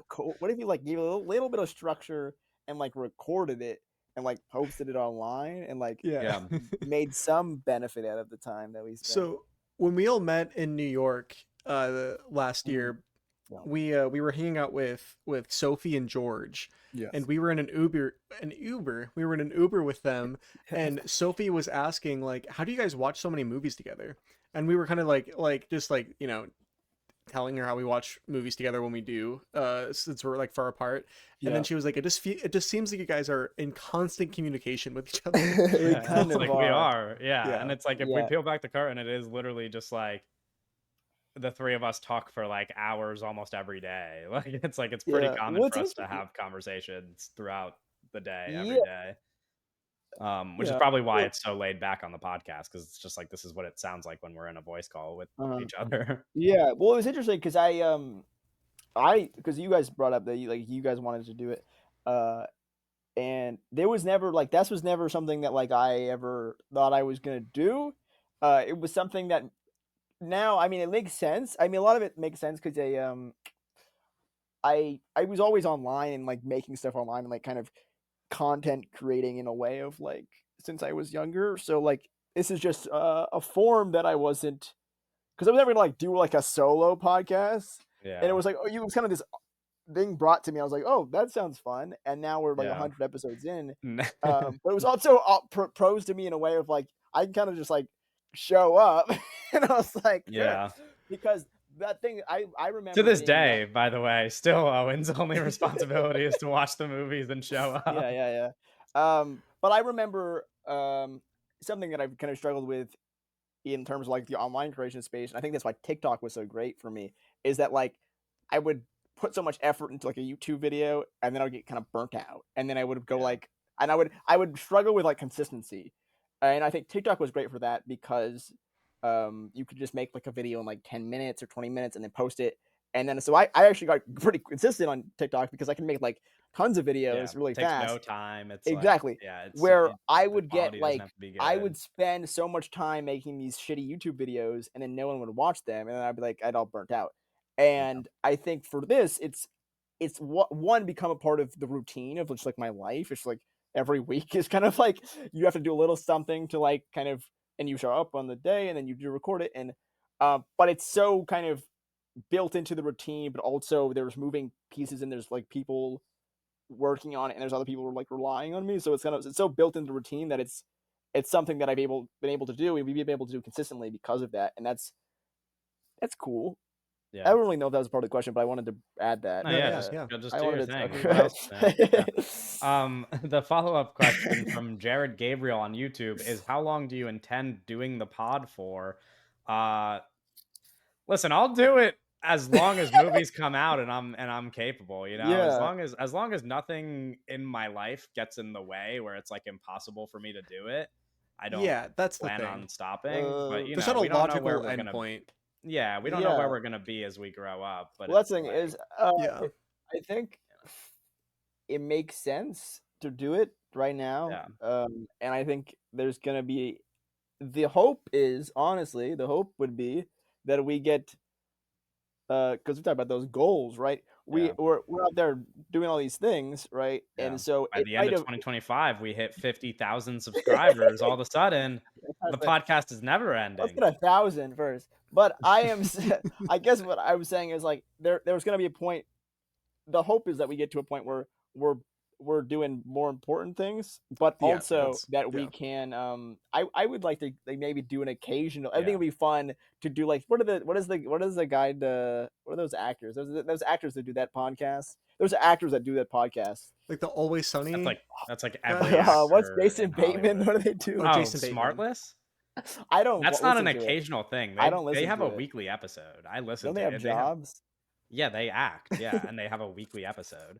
They Yeah. also Okay, then that's a bad backlog episodes. I example. mean, they That was a record bad episodes example. ahead of That's a time. bad example. Well, that's the thing. Yeah, they They record record episodes they'll ahead of time. record Oh, like okay. they'll record Well, like that's 20 episodes in a yeah. month I if don't they're know going to how you be would on do on it, a set or but something. I don't know. I think it's fun. I think it's fun. Especially there's a community element that I think it'll be interesting to see the next generation of filmmakers and how they kind of engage with audiences because so much of Yeah. our generation is so kind of tapped into like this internet space in terms of like how we connect and how we have audiences and stuff like that. And I think it'd be cool. I think it'd be cool to like hop on like a fucking random like Twitch stream and talk about the movie or something like that. So yeah, I like doing it for that element of like the kind of conversating with an Yeah. audience. So yeah, I mean, yeah, I guess the actual question, as long as it is the right thing to do, really. Yeah, as long as Yeah. it makes sense. I think Yeah, that's the only yeah. yeah. Uh, Friend of the pod and former guest of the pod, Josh, asked on X, "When's the John Ford episode?" I guess the pretty simple answer is when me and Doug start watching more It's of when I them. finish the Anno, book. Yeah, I was yeah, gonna say when I or when you finish this finish the book, book. me and Owen both brought it up. Yeah, Fair I When I enough. haven't finish I this haven't book. cracked into this because I'm working on other books, but I when I finish this fucking bad boy, then Yeah, when I we can finish this book, we'll do a then we John can Ford talk. episode. My Yeah, Godard book just fell. I don't know what there's to your tell you. answer. My Godard book Um, is over there on my bookshelf, but my speaking John Ford speaking book's of over there. This one? I have that one. Yeah, I have that one over Oh, there. but not the one you're talking about. I was talking about the Brody one, Oh, okay. Too but I many also have Godard Godard on books. Godard. Yeah, sorry. uh, speaking speaking of the TikTok ban, Aya on Spotify What a asks, "Do comment. you have any advice on the best ways to start building an online profile for yourself?" In parentheses, finding new mutuals, content creating, getting your short films noticed, etc. Yeah, just be Um, nice to people. yeah, That's it's the nice. thing. Yeah, be Yeah. nice to people. Well, I didn't really do that. No, no, No, no, but you made but you a did. that's like yeah, you did though. You were nice That's to yeah. everybody like when the camera's not Yeah, rolling. yeah. I don't Um, know actually. I wouldn't not about that. I don't really know. I think the thing that people are gonna miss and the thing that why TikTok was so special is I think it was so not easy, but the algorithm is so good about like finding community for people. yeah. And I think Yeah, I don't know how Instagram there's works. Instagram Yeah, was this ass. I'm not Yeah, doing like that. I Like well, I on don't the even know. Like, subject tried it. if you're asking like, how do I find mutuals on Instagram? I'm like, It's like I only follow fuck. people I paintball. know. Like, I don't like, Yeah. Yeah. like I'm not So talking I to don't strangers know. on I Instagram. think I was having this conversation earlier with my girlfriend because I was going through these questions and she I was like, "You brought gonna be this a YouTube Shorts guy?" no, well, I brought this question up to her because I was like, it's a kind of a weird one to Yeah. answer. And I think what part of what I said is that like it feels at least like film Twitter is the only place now maybe where you Yeah. could like create some sort of like But mutual that it's you like Twitter message so bad right now. It's like and meet and talk to. Yeah, I mean, of course, but it's just like that's no, I mean, TikTok but is the in terms place of where we have met people that we have befriended, like actually yeah, befriended. So without it not having a place for that, it is kind of hard to give advice on well, finding we mutuals brought specifically we because brought you Instagram know up, and I think the big problem with Instagram, there's a lot of problems with it, but in terms of like Instagram Reels, there's not like communities. Like there's not like film talk of Instagram Reels. Right? There's not right, like communities There on might Instagram. be, but like But it's I'm like not not the tapped in. same. It's not like the Yeah. same, right? It's yeah, not. I think there's so many like little like communities in the way that TikTok works and brings people together, and that's why the algorithm is so great. And I think yeah, it's tough. I think, but You gotta get on that lemonade, brother. That's what for you gotta me at get. least, I think just kind of understanding how if you're online enough, I think there's like a level of understanding of like how the internet works and how people interact with people. And again, I think they said be nice, and I think just find people that you like, and just I don't know, make friends. But I don't know. I really don't know. It's like yeah. it's one I of those think on things the where it's like subject of like it's hard. content creation advice, and also like I get we're giving TikTok advice while the future is like I totally don't know. uncertain. So Well, it's that's what like, we you know what I know, mean? I Like guess. we're talking about the TikTok ban like it's already happened, which like, maybe It's by the time pretty. you're even listening to this it has, um but You're like not gonna be listening to on this the subject of tomorrow. just like content creation I advice, guess, yeah. I Um, think it's just like a lot of it is just like do it and like be consistent and also just like like be yeah, vulnerable. It's no, like a vulnerable thing. It's like a weird thing where it's like you yeah, make videos and like you're self-conscious about the videos you're making and you feel like nobody wants to watch it. And the one thing that I've learned from making TikToks, despite the fact that I am always self-conscious about how much I actually know about something or how yeah, I like look when I present myself in videos, is mhm, that like people have watched them, and it's like the yeah, ratio of people who don't like them to the ratio of people who do might not be the greatest, um, but like at the end of the day, like all I did was just make a bunch of videos and people have seen them. And so like mhm, it's only going to happen if you're yeah, like able to be vulnerable enough to like put yourself out there. And so like the biggest advice is just to like get over that hump of like mhm, thinking that like you can't do it, because it is the thing I told myself the other day when I started making YouTube videos, now that like this TikTok yeah, ban is a potential thing, was like, for so long I convinced myself that because of the YouTube videos I watch, it was not worth it for me to make YouTube videos, because I was like, I'm not going to be able to make videos that look that good or sound that good or like mhm, or present myself in the way that like sure, these other people do. And then I just reminded myself, I was like, millions of people make shitty YouTube videos every day. Like it's like there's a million new shitty yeah, YouTube videos every day. Like yeah, nobody's stopping you from just doing mhm, it. So like just mhm, do it. Like it's like, and it's the same yeah, thing with TikTok. It's like you can just put videos of yourself out there and you might get 4 likes, but it's like so are a million other people. Like it's like if you yeah, just keep doing it, people, it'll pile up. Like it's like, uh-huh. yeah, No, but I think we kind of talked about it with I mean brought up with the podcast, but I think consistency is so big, and I think consistency. But I I don't know the number, but I posted a shit ton of TikTok videos in my span, and I've gotten better at not only just TikTok videos, but just like talking to like my phone because yeah, I just did it a lot, and I think that's the thing is your first video is probably not going to be your best. It shouldn't be your best video. It should yeah, not. So you're just gonna have to make a bunch of stuff, and it's a weird thing to get better at because it's like it's such a like modern kind of concept of like getting good like online content creation, but it really has the same kind of rules to like a lot of things that you just want to get better at. It's just, like be consistent and do it a lot. But yeah, honestly, it's I think it's like, do you enjoy doing it? Is a big thing I would say because like if you don't, it's like a struggle and like you yeah, hate doing it. It's probably not for you. But if you're like, yeah. oh, You this is don't need to fun. make If this is fun and you like videos. that's the thing that was the funnest thing for TikTok. It was like, oh, it's really quick, it's short, and it's fun, and Yeah, people watch it, people like it, and it's like, oh, this is great. But if it's a grueling process, it's there's plenty of other yeah, things you can do. Um, but if you like doing it, I would recommend just keep doing it, and you will get better. right. And for this last part of your question, how, like getting your short films noticed, I would say you have friends, right? Hmm. Um, Oh yeah, I have your should have talked friends about that. watch them Yeah, and like worry Um, about that, and then yeah. hopefully your short films are good. I yeah, don't It's like know. about actually that because I would say like yeah I like no not about your thing. I was like being short films getting noticed is tough because You it's literally like don't worry about it. I would say like don't even yeah think I about wouldn't that. worry about that either because honestly the real thing is just I would say the same thing with content creation. I would say is make short films and I guess consistency is not really like the thing, but like I would say just keep making stuff, keep making stuff, keep making Yeah. stuff. And yeah, I think show it to people you know, and because like really, I guess what I did was just gain a following other places, and then be like, hey, this is what I got. But I don't really, I there's not But really you also happen to be like an interesting artist that people find no, compelling. I'm saying Yeah. like it's I don't really know how to organically gain it from just like the short films because that's not really what I did. And that's a tough thing. I would say the short films that get the most views are not always the best short films. So it's I wouldn't worry about that too much. I would worry about just making the best art you can make, and whatever happens happens. But the I wouldn't worry about views on short films. I would Yeah. just show it to whoever, and then promote yourself, do what you gotta do. But I wouldn't worry too much about it. I would, good people will see good stuff and That's the you, thing. People will see if good if your stuff. short film's Yeah. good, Yeah. people are gonna see it. And if yeah, just show it to friends and yeah. Right. Okay, on the subject of podcast guests, there's two questions that we can kind of group together, I think.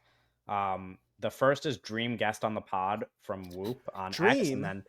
then the other one is if you He guys was could going on have a any dream actor or recently. I director didn't want to on the dig too pod deep as a into that. That was kind guest, of who crazy. would it be from Santi on X? And I imagine all of our answers for dream guest on the pod is an actor or director, so we can kind of group those two together. Unless for some reason I guess that's not your dream guest, but I um don't know. I think for me it's pretty simple. Like it's like if it's director, then I would want Kelly Riker, and if it's an actor, then I would want Should I Killian imagine Murphy. Although like I a think Kelly Riker on that looks like a movie pod? What the right. fuck are we gonna talk Kelly Riker Exactly. Well, about, that's bro? what I mean. It's like, but this is Killian like Murphy. dream guests, so it's like I don't know. Like obviously those are the Hey, people. If I could, um, if I could talk to anybody, then those are the people Yeah, in Hollywood who I'd want sure. to talk to. yeah, um, no, yeah. yeah, I don't know. Do you guys have an answer? Yeah. Uh it's tough. It's actually it's tough. Cuz like the have on the podcast, are we saying to formally interview or Yeah. to have on to talk about a movie? Cuz I those are feel like we different could I things. feel like it could be as a guest. Okay. Yeah, like as a You Because know, yeah. like like the formally all three of us interview talk to Kelly them. Reichert would be really interesting. Exactly. That's what I But okay, yeah, that's right. yeah. I would say Kelly Riker if Yeah, I when was we were just talking about asking fucking Venom 5 with yeah, Kelly Riker. if I was just asking her questions, then Kelly Riker, but I'm not gonna lie, I think if it was all three of us, Yeah. it's very That's logical the and would be a fun hang to have M. Night Shyamalan on the podcast, yeah, which would okay, be that's where I kind of yeah, yeah. I mean that would be like a blast. I think it would actually be like possible to talk to him in a way that is like chill in a podcast format, but also that people would appreciate because of how much we've talked about him on the podcast I already. think M Night's the top of the pyramid as like Yeah. ideal podcast guest in a like yeah. Yeah. After that, I'm just trying to think of filmmakers and actors and stuff that are cinephiles. Like I think that Sean I Baker have an idea. would Oh. be like a good guest. Not even to like to interview him, but be a good guest to Yeah, just to come like on and like talk talk about about a stuff. different movie Yeah. for with. You know what I Yeah. mean? What about Nicole Kidman?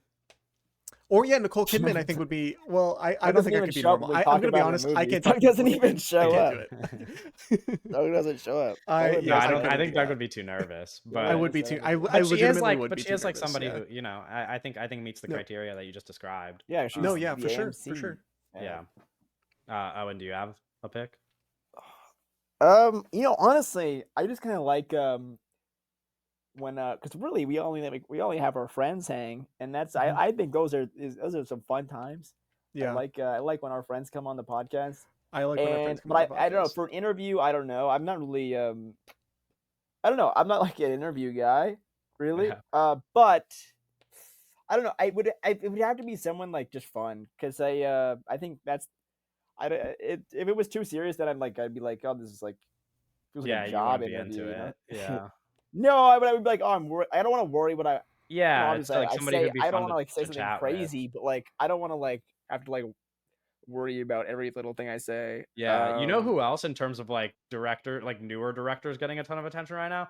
I would love to just hang out with Ramel Ross. I would love to just chat it up with Yeah. Mel Ross. Like that dude is. I mean, every time I listen to him talk, I'm like, this guy's the Yeah. coolest. Like Yeah, that I would don't be a know. blast. I Uh, think honestly, hmm. probably it would. I would lean. This is maybe crazy coming from me, but I would probably lean towards an actor because they are normally younger and like less. I don't know. I mean, the most of the directors we're talking about are like in their like 50s or like high older, so it's like a little like I Yeah, well, think because that's it takes a while we to become yeah we established. Yeah. probably have like a more fun conversation with some like younger actor. Yeah, But I don't have any anyone too specific, but I'm not that much younger than Paul Mescal. I feel like we could easily yeah, rope but him Ooh, in. don't say that. What do you mean? we could The rope him in. the girls on the streets are saying Paul Mescal looks Okay, 45. sure, whatever. And you guys joke that I'm 45, so it makes perfect sense. Yeah, I so you mean, Um. yeah. we're pretty much the But same yeah, age. I don't know, Pamela Anderson. Oh, Oh, okay. I What the like. fuck? Do you see her Criterion Closet video? I yeah, really no, No, I enjoyed she's didn't it. watch that. cool. She's cool. It's just No, it just I felt don't like a know. random name. That's Yeah, why I was like, "What the fuck?" I'm shocked that that's the person that you named. I Yeah, just it like it felt very just random. like didn't Okay, expect that. I didn't I didn't see the movie. Um, I'll I see what want it's to say okay. also in terms of interviewing people, I think it's interesting to interview not actors necessarily because we hear so much about like an Yeah, actor's process. So we get so Yeah, much of that, and it's like that's I vintage you kind of jabroni. get it.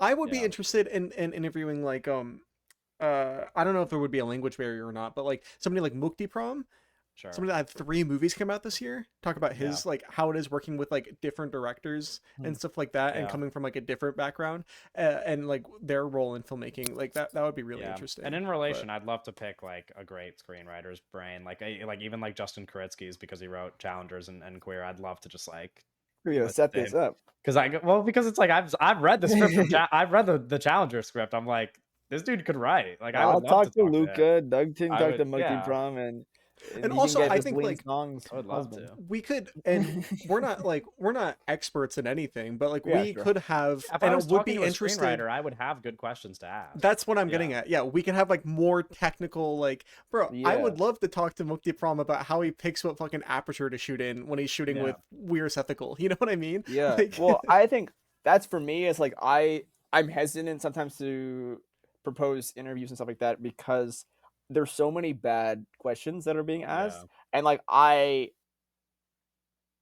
take that stuff seriously, and like I would only feel comfortable interviewing someone where I was like, oh, I would have questions, and I feel like I would have good questions to ask, and I would feel like their time would be valued. And I think yeah, that's a good point. It's like there's so much of this like kind of especially in this kind of like content creation interview thing that we have like in the modern thing where you have like people who do TikToks or influencers interviewing people and they're like so kind of uh, nothing questions. I if we would have someone on to interview, I would value their time and really only interview them if I actually had fucking questions of that were up for value. yeah. And I think there are many people that would be the case with, but it's very specific. Yeah. yeah, yeah. Um, okay. Apologies to Luciano. We are not going to rank each guest that we've had on the podcast from favorite to least favorite. Because if Whoa, he whoa, was whoa, me, I whoa, would whoa, wait. We forget will somebody. move. Okay. We will move on to a bunch of music related questions that we got, starting with what our favorite needle drops are from Griffin in the Discord.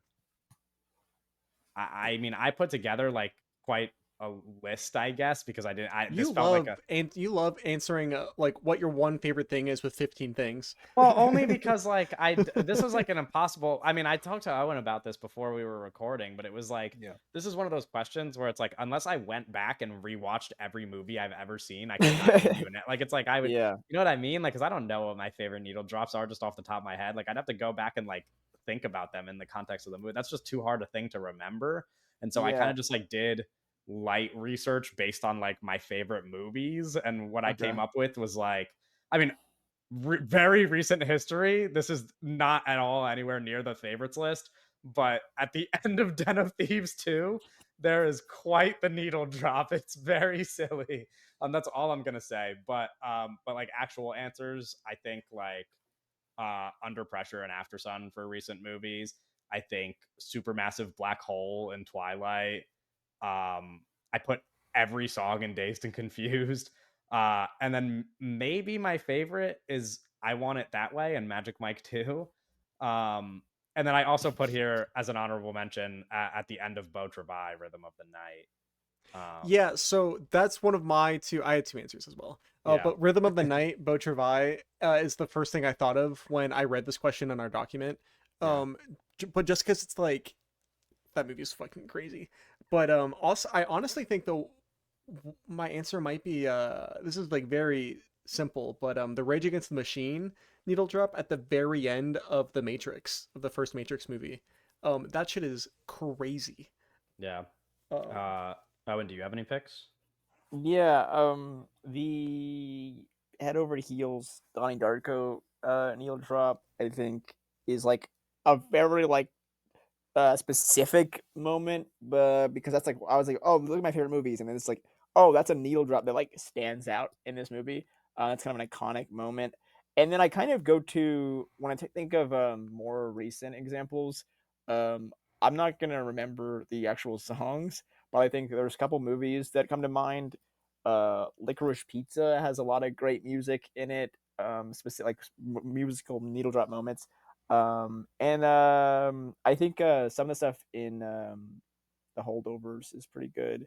But Yeah, I don't know. It's a lot of most of the time those aren't really things that it's like one of those things where like when you're watching the movie, it's like, oh, this is cool. I like how this works, but it's not something that like years later like sticks with you because it's not really like the decision is at most like, oh, they put the song on the I guess like they're playing a yeah. song and like, oh, it's cool, but it's like it's not really like life changing, at least for the way I kind of well, engage with stuff. Well, speak for sometimes it yourself. is. Yeah, Okay, all sometimes Yeah, it right. is. So sometimes I mean, it that Beau sometimes people's Travail one lives are is like changed. really like Yeah. that like yeah, brings you it's to a cool. different I world. don't Like know. it's like It's but like okay, but like in Beau Travail, like it's such like yeah, that's like it an essential part of the movie. Okay. The movie's yeah. like actually kind of completely different if that's not in the Yeah. movie. No, Mhm. I agree. Yeah.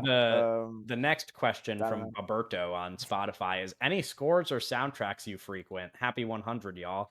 I can answer this very simply by saying no.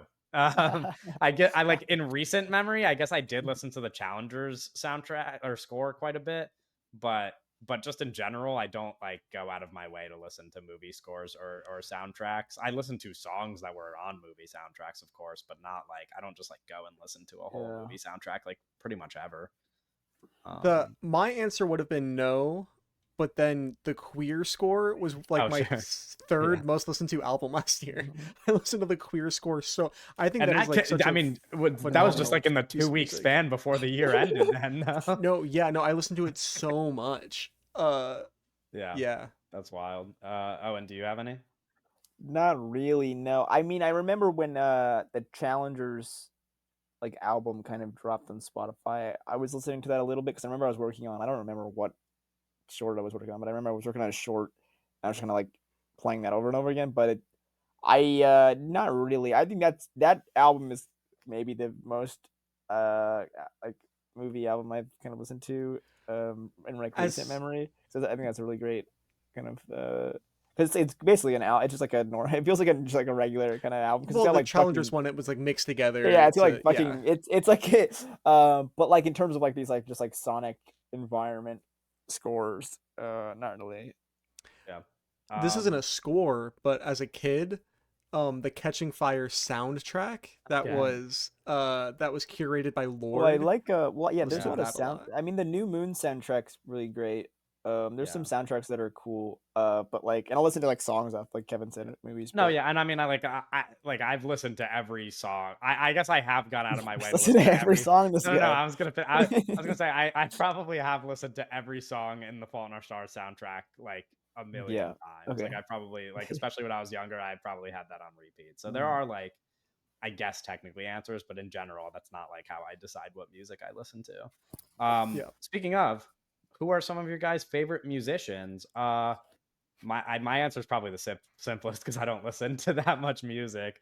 Like recently, it's I mean Hozier is probably my favorite, like period. But like recently, the person I've listened to the most is Lana Del Rey, and then the only other people I would maybe mention are like Maggie Rogers, Florence and the Machine, Samia, Ethel Cain, a little Lizzie McAlpine in there, maybe a little Olivia Jesus Christ, Rodrigo. Kevin. Jesus Christ. Um, Shout out, Rod. when I was younger, I listened to a lot of like well, when I was really young, I listened to like almost exclusively rock.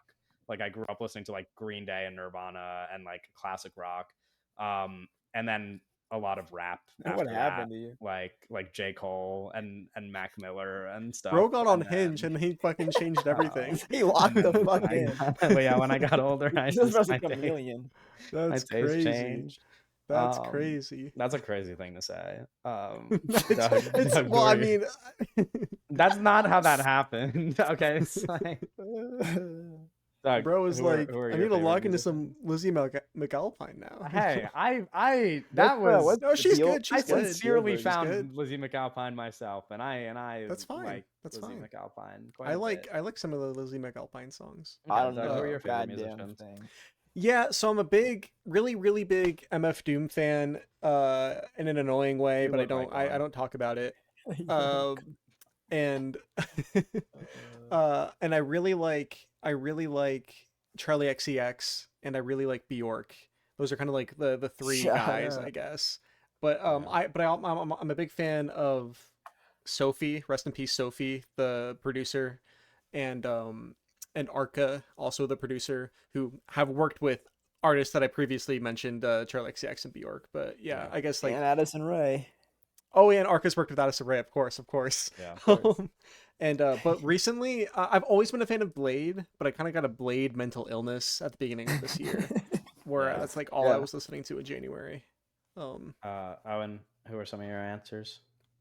Yeah, I don't know, cause I feel like I'm listening to new music every year. Like I feel like I'll listen to like 3 or 4 artists like religiously for like a period of time, and then I'll just like I'm kind of burnt out, and then I'll just like hop on like some new, not like some new wave, but like, oh, this is a person I find interesting. I'm gonna listen to them right now. So I think like the past year, especially with like Brat, I think Charlie XCX was really big.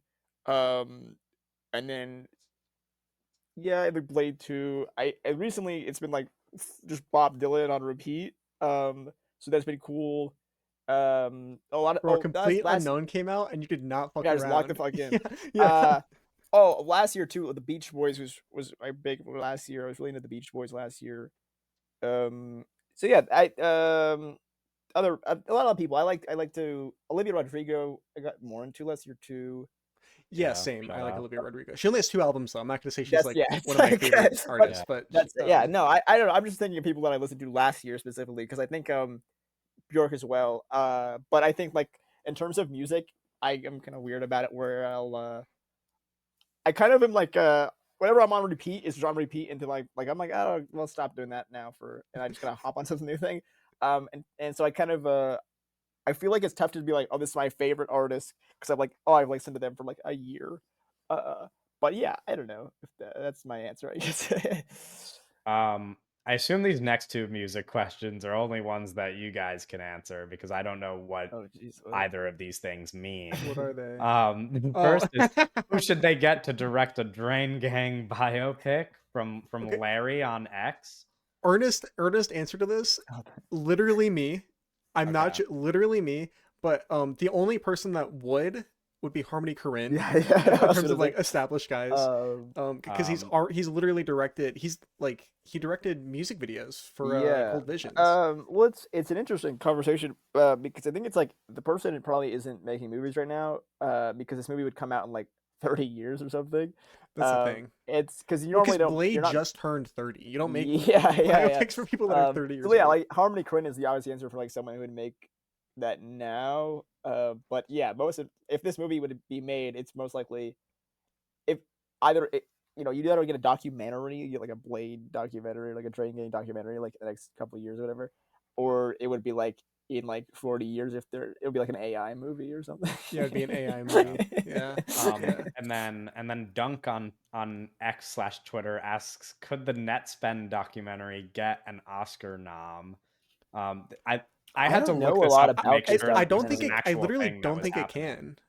Okay. It's an Is it like HBO documentary. okay, Right. so yeah, So it can't because it. I don't think Well, it it's a can. very simple answer then. Yeah. Yeah. Okay. We have a bunch of like movie questions that we're gonna get to, but we also had a few questions that are just not related to movies that I thought it would be fun to answer before we get to the movie stuff. Slopper Bob on Discord asks, "What's your guys' favorite Pokemon?" This is how I judge people. Which is fine. That's like totally valid. I once again am a guy with multiple answers. I would say like something, but somewhere between like Snorlax, Infernape, and Jirachi. Those would be my big three if I had to pick. Doug, do you have a favorite?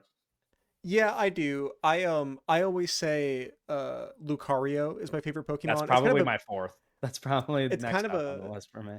like a boring basic answer, but Yeah. it's my truth. I have a Jigglypuff behind me, I Oh, think fuck yeah. somewhere. Can you do an impression? No. Okay. He thought about it. He was about to.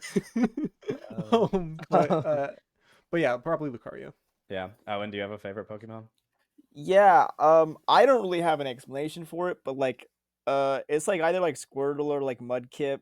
But I was like, I don't know, I would play. I remember playing like Pokemon on my DS and like never getting too far, Yeah. and so Okay. like Just I love would that play it you a have a little, story for this. but like I don't know, like I was never like too into it, but like I don't know, I like Zelda a little more on the DS, so but I never got too far Okay. in that either. I watched a lot of the show as a kid, Yeah, I like a Yeah. watched the whole lot of the show, show. I Yeah, had I and the like didn't I movies. had I like had a I had thousand I never Pokemon watched any of cards. I played that. every yeah. game. I didn't I play was a big I didn't play a lot of the games, but I yeah. watched the We show a lot, and I collected cards as a kid. I was such a big Pokemon person. I would were like you a trade cards at goer? school. I would what? Play Oh yeah, I played Were Pokemon you on Go, the yeah. go? I Yeah, I got was on the pulled Go over for while sure. playing Pokemon Go in my car. Yeah. Well, Yeah, that'll Well, happen. that was it was a big Um, what year was that when that was like super big? 2016, Pokemon Go to the polls. are we 2016. sure It that it was seems so Hillary Clinton long said, ago. "Pokemon Go to the polls" in 2016. Oh my, Yeah, I guess that's time flies, eh? I don't know. For Yeah. some reason, I imagined it was like after I graduated high school, but I I guess I mean, I was in feel high like it was like school. 4 years ago. Yeah. Anyway, I want to say that Mikhail asked this question on every single platform possible, and so I was. It's a dumb question, and so I wasn't going to even include it. But because you were persistent enough to put it on every Yeah, platform, we gotta the reward question that. is, do you prefer dinosaurs or Muppets? I'm not Mhm. sure why those two things are being It's silly compared, like question. but my answer is very easily dinosaurs. And I have to a story to for this too. yeah, Is this an to inside expand joke? on a yeah, I'm not sure, but it's like, is Yeah, it like are something we that we like? said on the podcast that we forgot, or like is this just somebody Well, I mean, trolling? I'm I not bring up sure, Or is things this like like a that. but reference to something that we don't get? yeah, Maybe. maybe. I think I brought up both of those things before. I'm So, Yeah, sure. but Anyway, to give some oh. Kevin lore to make this question a little more interesting for wait, people I who don't want know, I'm lore. sure I've mentioned this on the podcast, but like I love dinosaurs. I took a dinosaur class in college. I went out of my way to take an Oh, elective really? class all Wait, you about know a lot dinosaurs. about dinosaurs? Yeah, I love dinosaurs. Okay, I mean, when I was a kid, it this was is like gonna one be of my good. special interests, and Okay, then I took a perfect, class on them. But like, perfect. I'm not like an expert, and I don't. And I'll be honest, I forgot a lot of what I learned in that Oh, class. But fuck. like, but Okay, in general, I'm not like going to be able to tell you like concrete facts about no, dinosaurs. because we need some of that. But I just I like got them. an idea, man. That they're fun. No, I have an amazing idea, And as a actually. kid, I loved Jurassic Park, so like Yeah. Uh-huh. dinosaurs were a big deal to me, and I would watch. Uh-huh. And I don't know if anybody will remember this, but as a kid, I watched a fuck ton of this show called Prehistoric Planet. It was on like Cartoon Network or something. Man, that was like the best show anybody's ever Mhm. made. I would go back and watch that shit right now. That show's awesome. Uh, They would like do, they would like yeah. animate the dinosaurs. I know they remade Prehistoric Planet, I think, for like Apple TV or whatever, but I'm talking about like the original like good stuff. Anyway, Owen, what were you gonna say that Oh, you were okay. a So dinosaur yeah, expert I for? don't know why this is like I was gonna say a core memory. I don't know if it's like that deep, but like there is this like random thing that like anytime I hear dinosaurs, I always think of this thing.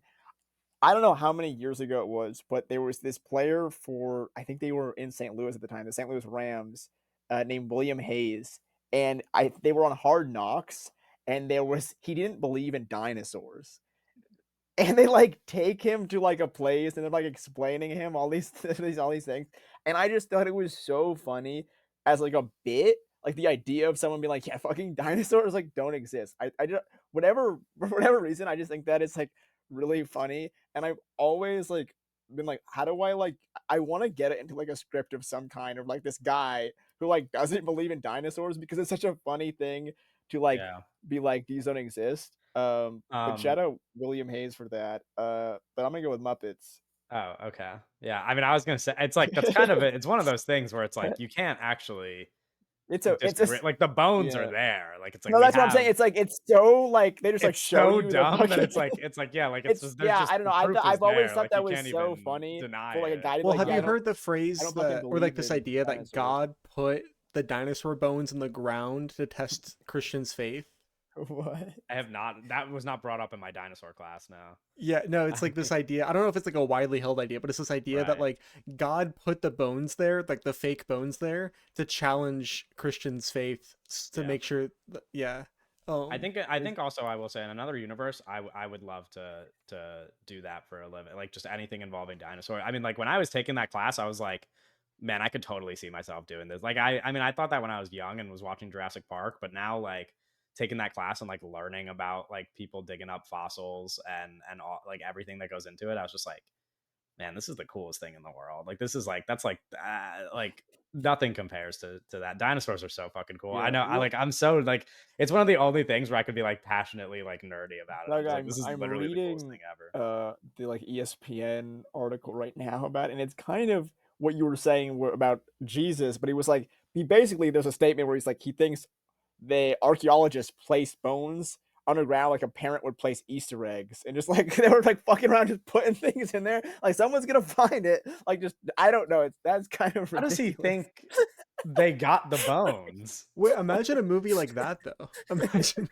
Yeah, like it's just it's the movie about the guy hiding about these yeah about the dinosaurs. guy that tied the dinosaur bones. Yeah. Doug, do you have a preference between dinosaurs or Muppets so that we can move on to the next Well, question? Doug's never seen a Muppet I've movie. never seen a Muppet movie. Okay, so I've I guess never the seen a answer is Muppet quite movie. simple. Yeah. Okay. So, but I like Kermit. Kermit's a cool guy. Yeah, no, he's Yeah, you cool. just like him socially, but not his work. Right. Yeah.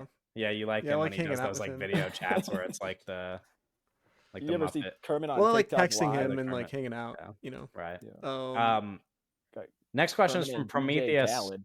on X. Favorite all-time video games. Does anybody want to go first for this one?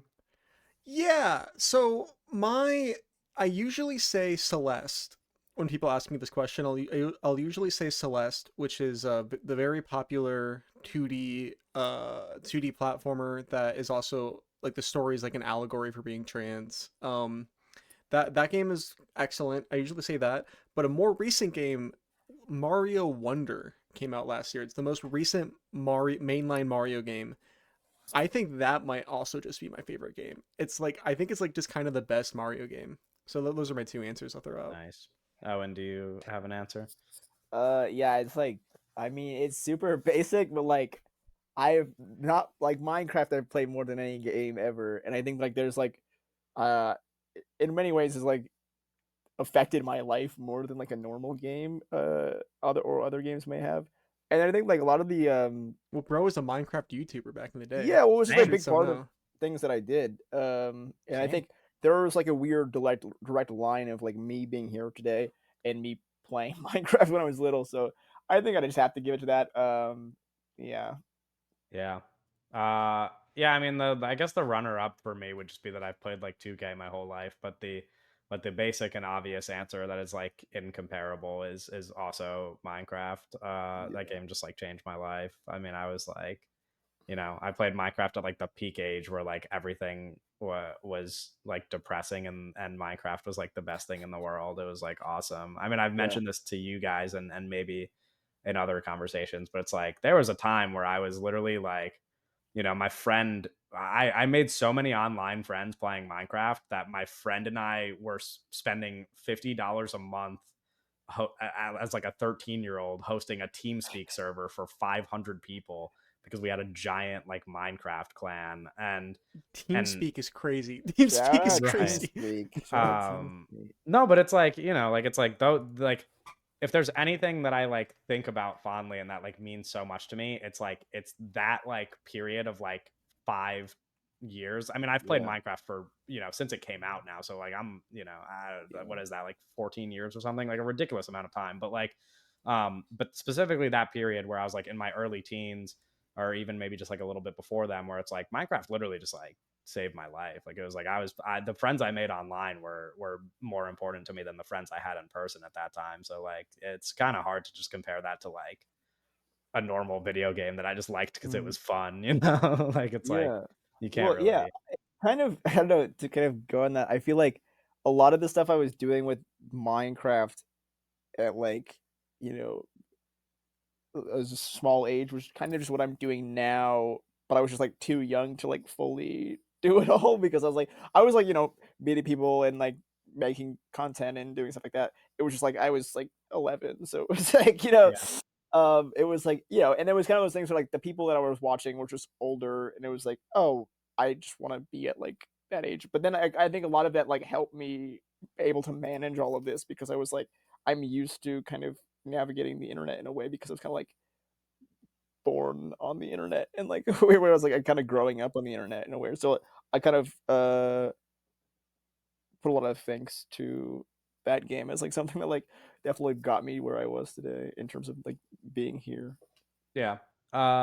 Our next question is from Topia on X, who asks, "What books do you recommend?" This question didn't specify film books, so I guess it's just Yeah, books you guys recommend in general. I'm sure this could be like a lengthy answer, but if you just want to give like, I don't know, specify a book that like you would just recommend in the moment. I recommend. will just say first that I am not a huge reader, and that's something that I'm trying to kind of work on moving Oh, I feel forward. you there. And so like the only author I've read recently that really moved me was Gillian Flynn. Um, but I'm sure Doug and Owen have good books to recommend, either film or just in general. Um, Yeah. I oh, Oh, you can go, Doug. no, no, you can go. You can go. Oh, I guess I was gonna say, yeah, I kind of, I mean, growing up, Kevin, I definitely don't read as much as I like to read, and but I think in terms of like the film books, I think I constantly like to recommend is because it's so small and I think it's really digestible, but I think it talks about a experimental film in a way that like, it's tough because I think experimental film is a tough thing to talk about because we are so naturally it's much more natural to talk about narrative cinema because that is what we're used to. So I think the Ten Skies book is really great because it's talking about a film that is so minimalistic That's that similar. a lot of people are just like, oh, it's really cool. I really liked the film. Like if they like it, they really like it. But it's like I don't really know how to really talk about it in like in a way. I think that book is really great for like how deep we can really go with stuff like that. The Ten Sky book is so excellent. It is so That's actually a really great like It's it. short too, Yeah. so it's like I think it's really dense, but it's also like it's manageable. It's a really cute little book. So yeah, I recommend for someone who uh struggles with reading in a way that like I wish I was reading more. I think that is definitely if you want to read about experimental cinema, I think that's a good one to check out.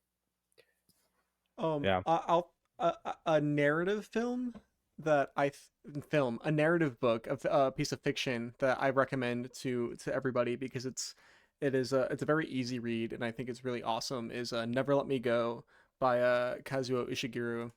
Um, it's something I read in high school that really kind of stuck with me super hard. And I've read it a couple times. That book is really excellent. And I don't know too many people that have read it, but it's not like an obscure book. Yeah. But that for a film book, I'm gonna just throw out like a kind of a curveball, not a curveball, but something that not enough Save the people have cat. picked up. No, no, no, no, no. Save the cat. Um, but the Don't read Save the Cat. uh, Corpses, Fools, and Monsters is a book that came out Oh last yeah. year. Fuck, what are their names? I'm looking at it on my bookshelf, but it's too far away. Um, Yeah. Corpses, Fools, and sorry. No, it's It's okay. a book by Caden Gardner and Willow McClay, who are both really kind of excellent film critics. Who are both it's a trans man and a trans woman, and the book is it's an analysis of transness in cinema throughout the entire history of cinema Oh, up I yeah, until I when it heard was about this book. published. That's right. I heard a lot of people talking about it. I haven't read the whole thing, but what I have read is really, really good. So I Yeah. definitely recommend that. I would also say before we move on, I'd just like because I wouldn't mention the idea of like quick and easy reads, and so if that's like the crowd of Yeah. people that we're recommending two books that I read at least in the past year that I thought that are really easy to read are Minor Detail, which is like really present story about Palestine, but like it's fiction but based obviously like in reality. And then this book that I'm sure a lot of people have probably already read, Her Body and Other Parties, which is a collection of short stories. And so you don't even have to read all of them. And like some of them are incredibly short, but all but one of them are amazing. There's one that I did not like. I'll just put that out there. But all of the other ones are such good pieces of writing that like anybody should check that book out because they're all like 15 to 40 pages. Like you could read any of those short stories and get through them pretty quickly. Um, what's a crazy skill that you have from Zantat on X? I'm going to be honest. This is another question I talked to my girlfriend about. We debated. I don't think I have any. I mean, like, She because was it's like, like, "Yeah, you're just not well, fucking because like skills." the phrasing is so ridiculous. It's like I could talk about things that I am good at other than what we do, which is like, Yeah. I've played basketball my whole life. That's not a crazy skill. That's just like Yeah, that's just a pretty yeah, normal skill. yeah. Crazy skill. I don't know that I have an answer to. Yeah. I have I usual skills.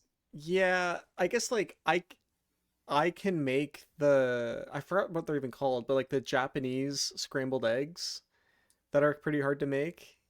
I can do I that. don't know what these What? you Fuck, should Bro knows that have you recipe. auditioned what's for it called? MasterChef? No, dude. Wait, let's do that. Let's get Oh, Doug on Japanese MasterChef. scrambled eggs. or Oh, I can make eggs too. these things? the if you just That Googled, that look no, I it's like I the fuck. googled Japanese scrambled eggs. Yeah, I know that's it didn't come up. No, it's like it goes viral on like TikTok. It's like when Why don't you do it? You can go viral.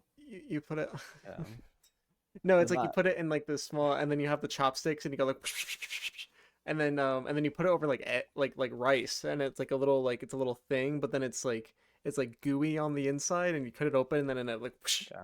like I don't know. Okay, if you don't know, you don't know. I can do Yeah. that though. I will say I used to well, I can't do it anymore. I don't know what made this No, talent go you away, will. but for people who remember, and I'm sure you two do you remember the episode of Drake and Josh where Drake can like do the thing with his wrist where he claps with one hand and like Yeah, his like hand like yeah, I used to be able to do that because my wrist would like not stop me from my hand hitting my arms, but I can't do it What? anymore. And I don't know when that stopped being a possibility, but that's a skill I used to have.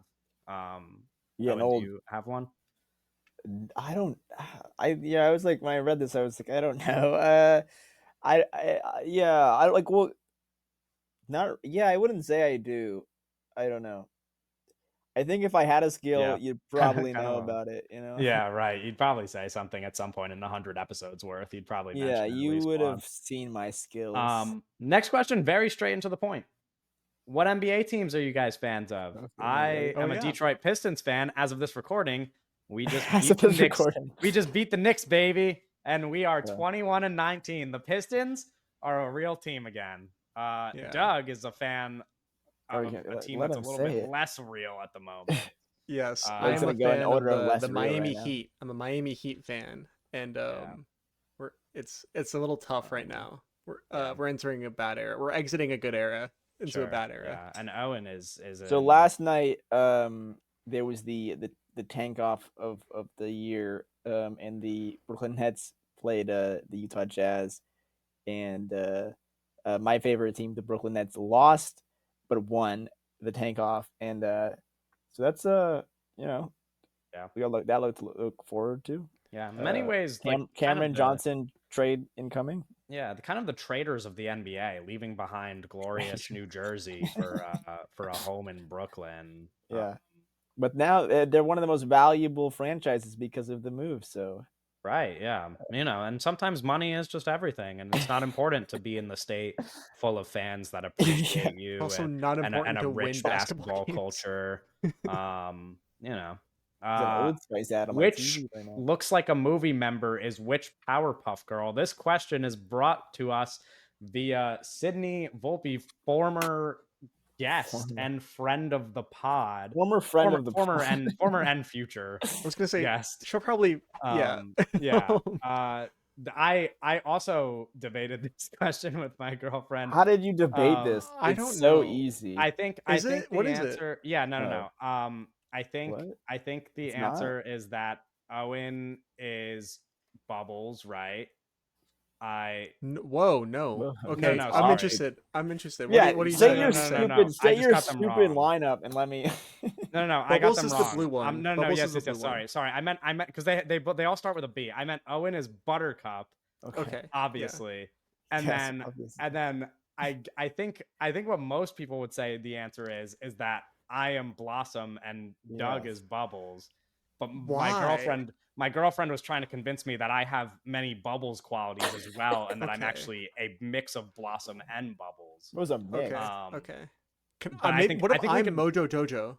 You maybe can't we could be agree that Mojo Owen is Jojo. Buttercup. That's like the Yeah, I easiest think Owen's thing in the Buttercup, but it's world. easy because like yeah, I don't know. Buttercup Yeah, even that's kind of easy. looks like Owen Yeah, right now. If you that's the put them thing. It side kind by of looks like side, Owen. Yeah, it yeah, kind of like looks like like Owen. that's literally Yeah. Owen. Literally is Bubblecup, but Buttercup, Buttercup. Bubble cup. Why do they The all fuck start is with bubble B? cup? I don't. Oh my Also god. bubble cup. Bubble cup. Yeah. I guess I'd be Uh, Blossom and Doug could be Bubbles, but I'm I feel fine like with this. I'm I fine. I'd that's what prefer it to be that's Bubbles, the honestly. obvious thing to But me that is is Okay. obvious. that Doug Yeah, is Bubbles. Okay. yeah. No, I guess that is. Sure. Yeah. I don't know. I Doug is guess. Bubbles. And Which member of the pod has the best fit game from Jason on X? I think we could both agree. I know who is Me it. and me and Owen could both agree that it's not Doug, but Doug is going to make the argument that it is Doug. So, and I think No. many of the Doug people will can't make make the that argument. argument. I think many of Doug the can't. people will make the argument that it is Doug. But then to make the But argument, this I have is dude, some Doug? this crazy dude, fit pics. no, this dude wears the fucking Oh. wears the Jesus sandals with skin, with the toes out, which is These bad boys yeah, right wearing here. them right now. You're indoors, by the way, and you're wearing them. I mean, it's embarrassing that you can that you wear them with the dogs out. Hey, Yeah. I So haven't been wearing them recently it's because it's cold outside. right. So But it's got to I be hope between. so. It's got to be at least between me and Owen. I feel like we could put it up to a it's vote. Owen probably, Um, to be honest. yeah. I don't like to like crown myself in, but No, I wouldn't mind saying it's Owen. I read this. I had the same reaction to you, Kevin. I read this question. I was like, oh, well, it's not Doug. It's literally Yeah. all. I was like, Yeah. if I'm second place, it's fine. I think I might. But I think if I'd they make a put me case for underneath myself. I Doug, think I'd make a case for myself having the best fit game, like dressed up. Like if we were to like dress up in like a suit, I might look the But best. like in casual wear, But like in casual yeah, but wear, I think the answer is Owen. that's yeah, it's. I agree. We'd have to see. I haven't never seen everyone in a suit. That's like a. Yeah, It's but like I just don't. you've I only can't seen imagine you in you a looking suit. better than me in a suit. Is my thing. Okay, I I'm can't not imagine fighting that I if that. think you I would were. mog You you in a suit, you low key. Yeah. I'm have not that. gonna, I just think yeah. it's funny to be like saying that about like you've never seen anybody of us in a suit. You're like, No, yeah, but I'm I just like definitely. using my brain. You Okay, know, I'm just like. because you're I like think. long. Yeah, because I just like because it would just like I just fit Yeah. better. It is I'm funny. not This fighting. I recording just think it's a started, funny. and Kevin was like, "Owen, you got dressed up to see the Brutalist," and Owen was like, "No, I mean it's just a shirt."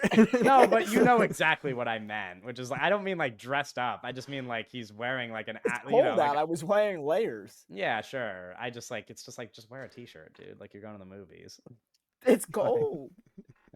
anyway, It's now we have cold. questions with specific movie answers, which means we could probably get through these with relative speed because we just have kind of obvious We're just answers for a fucking lot of these. wicked like that. First X one Games mode. that you can Damn. remember, what's your favorite / most significant theater going experience that you've had? This is from Owen in the Discord, not Owen on the podcast. Different I Owen. remember answering asking that. Favorite most significant theater experience? Again, that you remember is significant here because I'm sure there were ones that I like You're like liked more blackout. when I was younger. But I specifically remember, and this is it's such a dumb movie to reference, but when my friend and I saw Midsummer in theaters, that is like the most fun I've ever had going to a movie theater, maybe in my life. Like watching that movie was such a cool experience in theater. Like I'm going to remember that forever. So it's not like the That was movie I would. It's last not the year, right? movie. What? That was last year. Oh no, sorry, Midsummer? Midsummer. I was thinking because like they did the re-release last year. I don't know Oh, why I sure, yeah, assumed no, that no, was. I mean, like, when it came out, and Yeah, I know, again, I know. it's not the movie I'd want to associate the most with my favorite theater going experience, but I think it is the one that comes to mind, other than maybe, like, what we talked about on the Wrapped episode, which is, like, doing, like, the festival and Megalopolis all together and stuff, like, that probably factors in, but just in general, I mean, that Midsummer one was, like, I remember that vividly still, and it's been, like, 5 years now. Megalopolis was fucking crazy. But also, Yeah, I'm gonna be honest, even seeing Nickel Boy, if you just like want to talk about New York Film Festival, bro, flying into New York, getting off that plane, seeing like meeting friends that I've had for like years in person for the first time, then yeah, seeing Nickel Boys late at like fucking late at night was ridiculous. But right. um I would say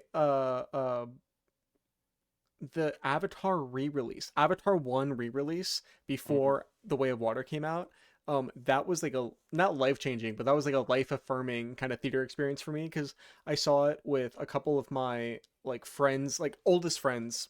And we made a whole day out of it. We went out of town to see it at like an IMAX a couple cities away. It was really cool. And then another one that sticks out to me is when I saw Interstellar. I was Mm. 13, 12 or Many, 13 many when such Interstellar cases. came out. Yeah, And that was crazy. yeah. Yeah. Uh, Owen, do you have a favorite? Yeah, I'm just kind of thinking of I don't know favorites, but ones that stand out to me. I remember it was. I can actually look at it, just see the date right here. Uh, March 3rd, 2023. This was a. It was the Michelle Yeoh was up for the Oscar, Mhm. and they were doing these mystery midnight movies. And I remember maybe it wasn't as cold as I remember, but maybe it was. I remember it being cold, and I was this was my sophomore year in Okay. college. And I walked to the theater from my dorm, and it was cold out, and then I you get there, and then they're playing Police Story 3 is the this is the mystery Police movie. Story 3 Super Cop. Yes, and it's a midnight screening. I think I got some like peanut butter M&Ms or something from the vending machine at my dorm, and I had those in my pocket or something. And it was a really fun movie, but I just like very distinct memory of like getting out of that movie at like 2 a.m. or something and walking back, and it's just it was such a fun movie. And just like I liked I don't dorm I haven't dormed this year, so I don't do the midnight screenings as much. But I really liked going, and that's something that I really like doing. They always would do these midnight showings at my local rep theater. And I just it was fun going to a movie not knowing what the movie was, and it was like a Yeah. mystery, and then it being this like fun police story, and it was like a janky film. Like it was like there was like weird like subtitles like encoded, so like it was English. You were hearing it, but it was crazy. It's just a weird like film. Like it was some janky film. There was just some vibe. There was a really great vibe to it. I was at the same theater watching the Brutals today, and I was kind of like, I wish they would just show. I wish I could see more random stuff in the theater, because I think there's something to be said about seeing like 2001 on 70 or something like that, and it's like this grand thing. But there's something differently special about just kind of going to the theater late and just watching like a random movie from like whatever, like not like a random new movie, like a random old Well, like a movie. It kind of random movie from a random time from a random place. yeah, it's Yeah. kind of really random, and then it's like one of those things where like I saw the first Police Story, but I never saw the second one. But it was kind of like I was probably not going to get to Police Story 3 anytime soon. But the movie it played, so I saw it, and Yeah. that's an experience that I kind of treasure. And I really like there's a great I love seeing movies with other people, but there is a kind of a special experience by just going kind of alone and experiencing that alone. And I also say I think to really shift gears, wavelength on 16 millimeter was like a really kind of special experience for me because I don't know there was a emotions evoked from that film that like were very singular, and I think that was a film that it's just a rarity to see something like that on 16 or and to see it in a theater, right? Most time when we're watching these films, these experimental films, it's at home. So that was very special to see Wavelength on 16. Yeah. I will add another one that's similar to this, to your police story experience, but like not really. I at my local theater, I Yeah. saw Problemista, which did that come out in 2024? It did, yeah, That was and last year. Okay. it was failed to be mentioned on our Wrapped episode, I Well, think. so I want to We won't say mention it I here. my favorite supporting actress performance is Tilda Swinton. I just realized that thinking about it right now because I really like Yeah. that movie. I But wanted to nobody I talked about it. No, yeah, I So know. It was when I was putting together that list of top 10 performances for the last week's episode, I had Tilda Swinton like just outside the top 10 of my list. And when I did it, I was like, we just probably aren't gonna mention this movie, which is crazy. yeah, We well, I all just we all forgot about it. really I like like it. that movie a lot though. Yeah. Um, Anyway, yeah. Caden also asked what movie going experience had the most impact on you guys. So thank you for that. We got that question twice. Um, what movie, pretend it's a first watch, that if you watched without sound would still be the most understandable story wise just through its images? This is from Emmy Green on Discord, and I'm assuming this is not including films that are already This is a silent. This really has to be like, unfortunate question. sure. uh, I'm gonna be honest. You can kind of figure out what most movies are without sound. I think what's going Yeah. on. You should be Uh, able to. I think it's there's, a I pretty think there's like a visual lot medium. of Um, answers. Did you guys actually come up with a specific movie to answer it, or well, were so you just yeah, I like, mean, I thought about this question. I was like, I really don't know. I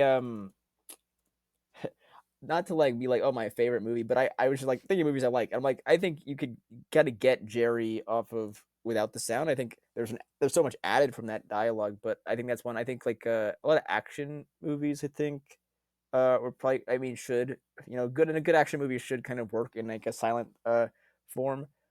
But I don't know. I feel like sometimes I am not even like consciously watching a lot of movies in like this way where I kind of like zone out some of the things people are saying. So I think, and that's kind of like the way that I view certain things, and like the way when I make a piece. I mean, even in my recent thing I made, it doesn't have dialogue, and it kind of works like that. But like I think I for even for things I want with dialogue, I think for me it's like I value it working without it, and I think then the dialogue can only be beneficial.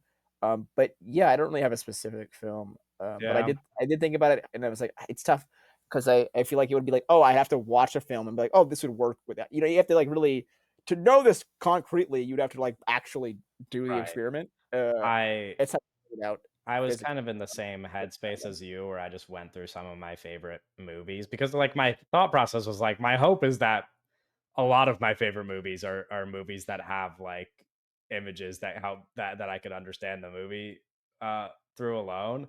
Yeah, But you need like, like minimal exposition. Oh, Like, a yeah, pick. but I just and looked this isn't pickpocket. exactly like, I'll say pickpocket. oh, okay. This isn't like a movie that is like light on dialogue, but going through my favorite movies, I thought the like obvious answer was something like Do the Right Thing, where it's like, you know, if you're living in America, then like racism and police brutality is a very like Yeah. obvious story. You know what I mean? Like, everybody in America knows that this happens, so it's like and you will just recognize it. And Mhm. also, like, Spike Lee's images are just so like in Yeah. your face that you can't really like miss them. So I Yeah. thought that was a You pretty bring that up, and I uh immediately kind of go to those expressive performances, and I think yeah, like they are doing a lot. I mean, they're saying a lot, and they're saying stuff loudly, but they're right. also But you there's would like so totally much get the of feeling the of, performance is yeah, very like in a way like that the silent films would their performances are very exaggerated in a way that translates without them actually speaking. So I think that's yeah, like maybe the two biggest components of like how does the image tell exactly. a story, but Like, I also was like just in a way thinking like with pickpockets, about, like how does their eyes and how do their expressions yeah, tell the viewer what I they're was just looking at. thinking about all of that, and I was like, I mean, yeah, I think Yeah. anybody would understand what's going on in this movie pretty easily. Um, anyway, next question. Oh, If you could, Doug did oh, one, so I thought I thought you I said no. watched a movie. Oh, okay. I watched a movie last year in black and white without sound. That was a new movie, Mad Max Fury Road. I've Okay, watched without sound, and it's yeah, it is. Mad Max Fury Road just is a silent film. So sure, yeah. yeah. I thought when you said, like, I don't know, you said something what you said at the beginning, I was just assuming you had no answer I don't for it, even which is think he why I said skipped anything. over you. No, I knew he was Um, gonna bring up Mad Max. I was like, right. I was like, just go back to that. Anyway, next question. If you could watch one movie that is lost slash not available to the public, for example, Promises Written in Water, what would it be? This is from Griffo in the Discord. Um, do you guys have a good answer for this one?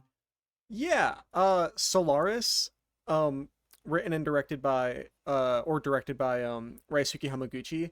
It is not a lost film, but it is not available to the public. It's a student film that he made an illegal remake of Solaris. Like he didn't have the rights to it.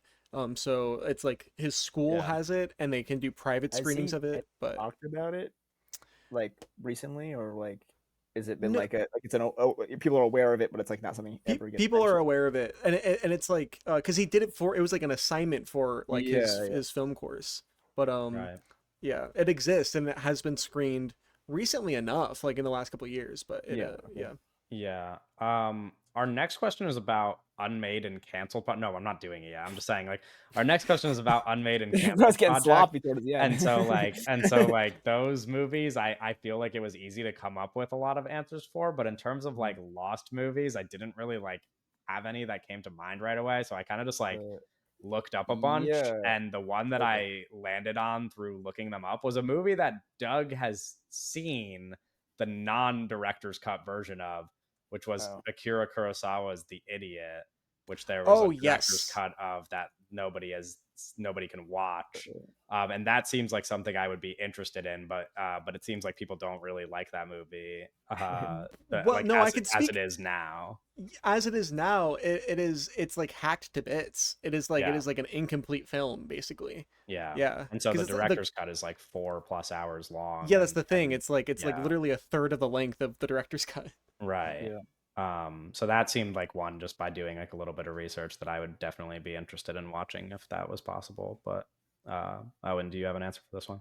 Yeah, I mean, the comment includes Promises Written in Water, which I would say, like, for that would be the film that, like, exists and is just, like, not being shown because it's just Vincent Gallo just has it. Like, in terms of, like, Yeah, modern movies that are just being held, uh, away from us, like, that is, like, the grail, like, the holy grail. But I think we talk about lost movies, and even we're talking about movies that are hacked to bits. There's so many old movies that the longer versions either don't exist or just like gone, or the whole movie doesn't exist or parts of it doesn't exist. So it really, I mean, I don't have any specific answer, but I think there's so many like recently we just got like a new Napoleon cut where it's like it's so crazy that like this like historic titan of a movie, there's just parts of it that were like now like it's like a new cut. How are we getting a new cut now? And there's films like that has gone through many cuts over the years.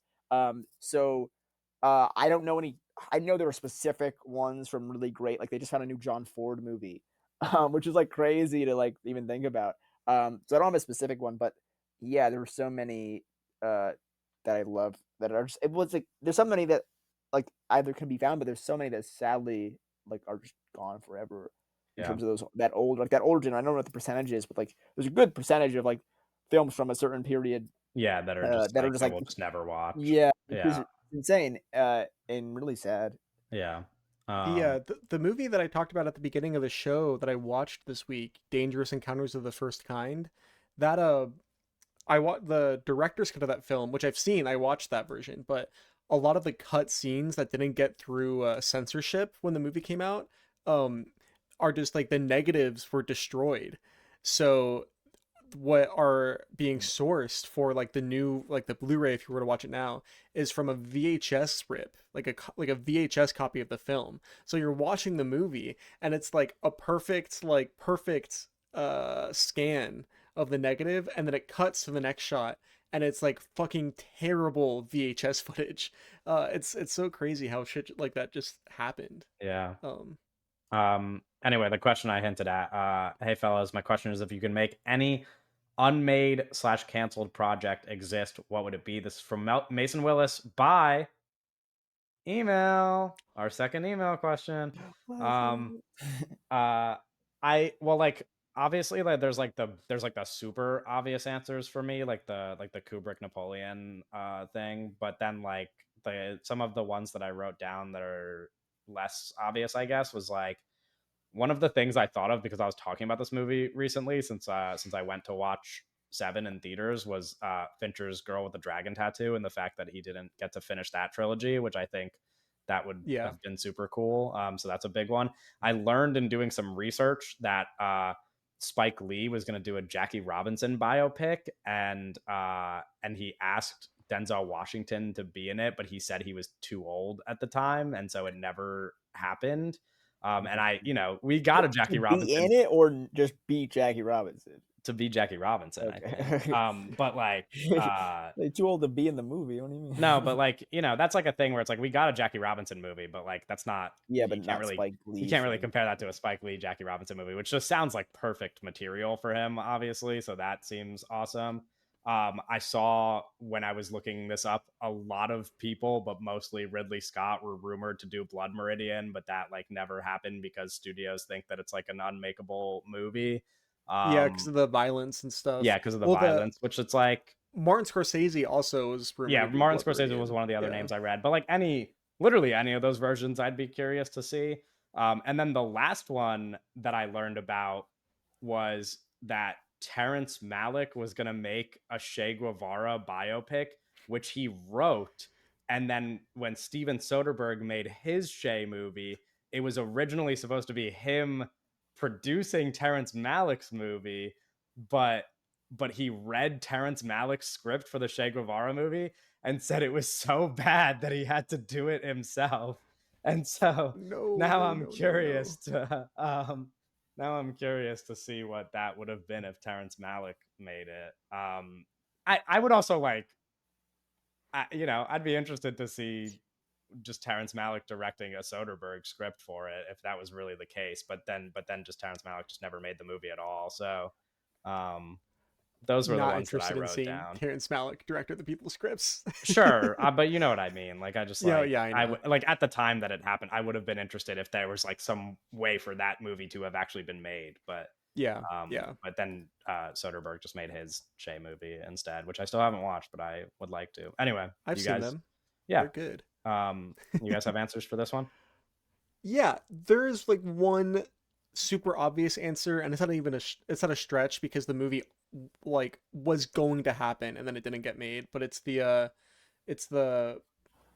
what's it called, like the Mountain of Madness Oh, the Del with Toro the and Del then Toro and Tom Cruise film. Right. Yes. Yes. yeah, yeah. Yes. The That was the also on the list adapted. when I was researching these, but I thought you Yeah. would probably mention it. No, of course. Yeah, it was supposed to, and Del Toro has a bunch of Yeah. projects that didn't get made, but this one like is like stands out because it was going to be a big budget HP Lovecraft horror movie With starring Tom Tom Cruise. Cruise. Like Yeah, prime like yeah, early yeah. Yeah. 2000s Tom Cruise.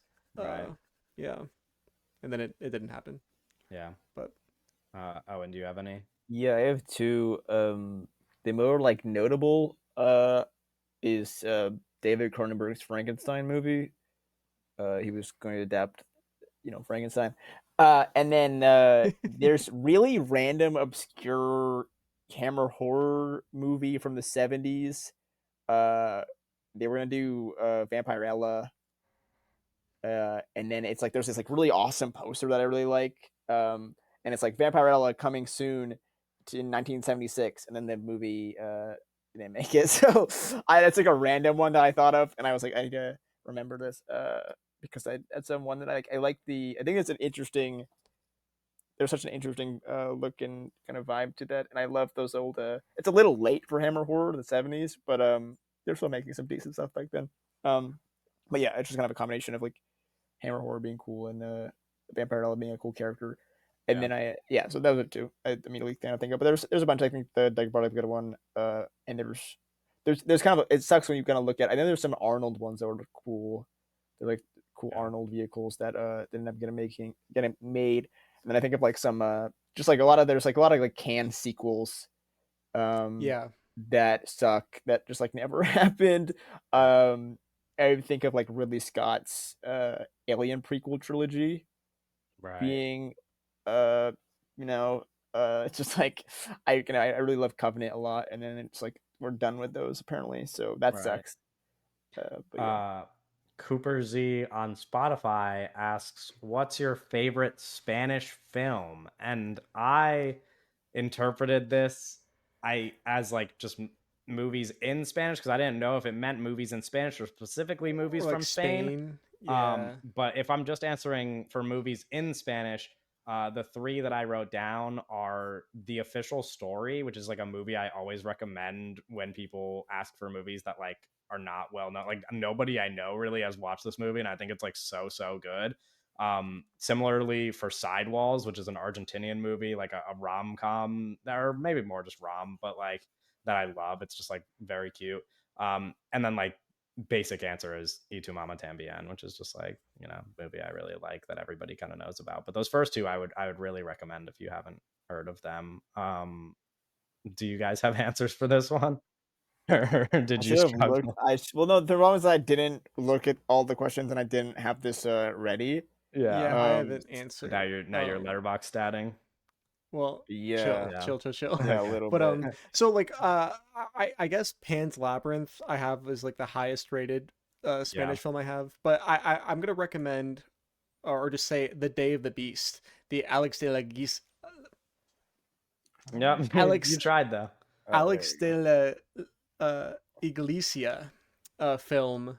It's kind of like a comedy. I need to rewatch this. But it's like kind of a comedy about uh it's like a satire about religion. It's very crazy. But yeah. Yeah. All right. Uh So my recommendation. I'm actually happy that I looked at this because I probably would have said something like Pan's Labyrinth or something more popular. But there was a film called Android's Dream, which is adapted from the same Philip K. Dick book the Blade Runner was adapted from, Yeah. and it's this really kind of underseen film, has like 1,000 logs in Letterbox, and it's a Spanish film. And yeah, I really it's been maybe a bit since seen it, but I remember really liking that one. And I would recommend yeah checking that one out because it's a very underseen film and it's really good. So yeah, right. Android's Dream. I think it's 2014. 2014. Yeah. Uh, our next question is a bit excessive, and I don't want to give Owen a runway to talk about one question for an hour. Oh, The sorry. question is for Owen, and it's if you had Oh to yeah. have around 10 to 20 movies I that want you rated five to. stars that you currently have 4.5, what would they be? Is there to this is from Zach Jewell on YouTube. To Yeah. make this easier, is there one movie that you have at 4.5 that you think is closest to being a 5 star? So I knew this question was in here, and Yeah, because the and I 10 to 20 movies I is knew kind of crazy. how I knew how kind of I was gonna approach it. Um, and to be honest, I don't know. It's a great answer, and I'm not even joking. Yeah. Yeah, To be honest, it's like if there were films that I thought should be 5 stars, I probably would have. Or if there were films that I thought should be 5 stars and I wanted to make them 5 stars, I would have done that. And there are films that I really like, and I'm like, oh, this could be maybe a 5 star, but it really it's kind of a oh okay, I feel this and I want to do this and I want to do this and I do it. Uh, but right now I'm not too worried about it, or I'm not going. It's certainly Facts. something. It's not something I worry about. Facts. So there. I guess I will. I don't want to really say any films because I don't want to.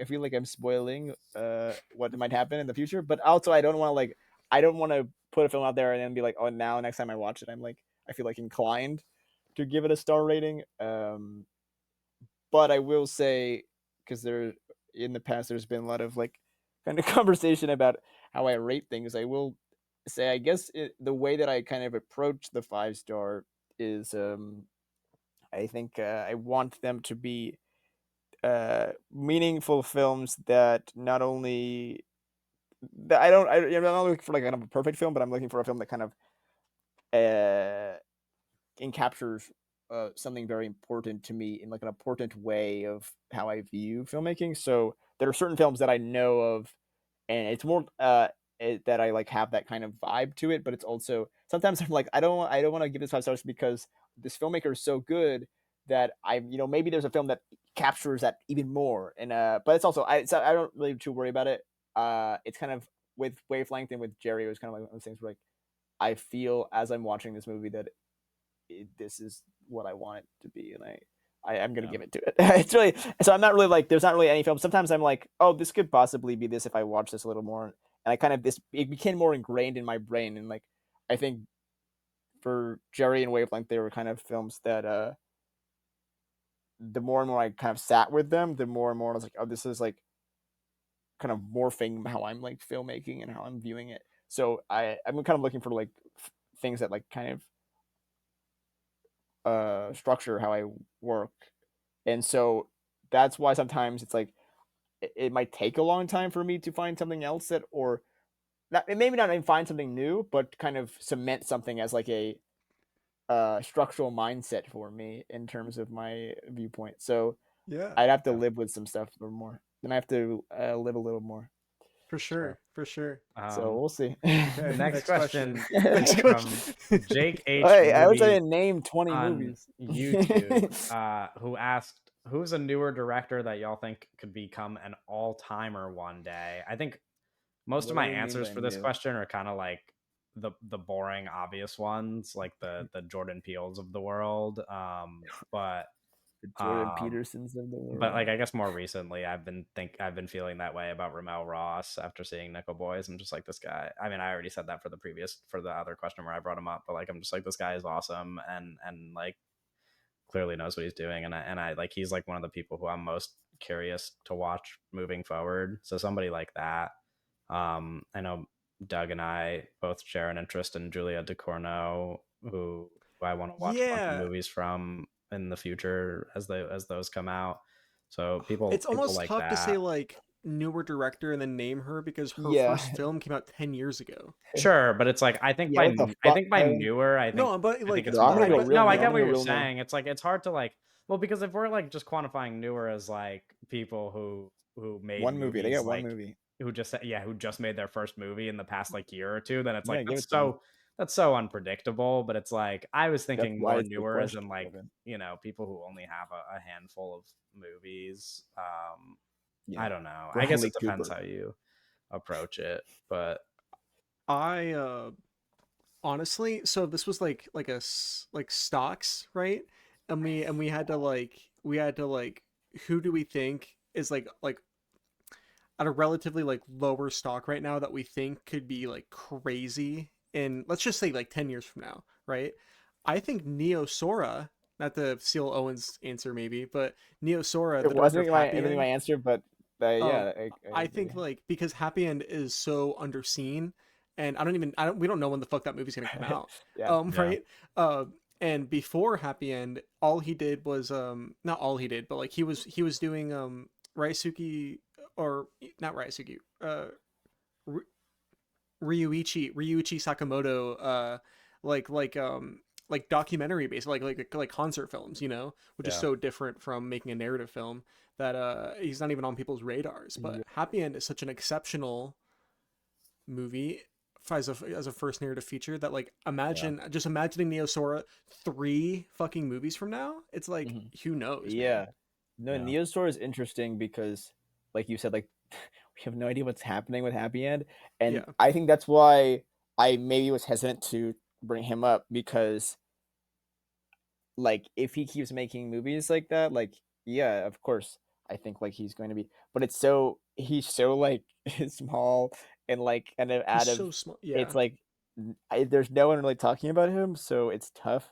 But it's like, yeah, I mean, when you watch that movie or when I watch that movie, I'm like, yeah, this is a filmmaker that I will follow, and I hope he gets to make so many movies, and I hope if that's what he wants, that he can do that. And but in similar kind of boat, I'm kind of looking at two other guys that I think they're not only that their first movies were really good, but they were kind of pushing for something and kind of doing something that was like, oh wow, this is like, it feels like a direction. It feels like right. we're making something and we're taking a direction in cinema. We're not, Robert Zemeckis.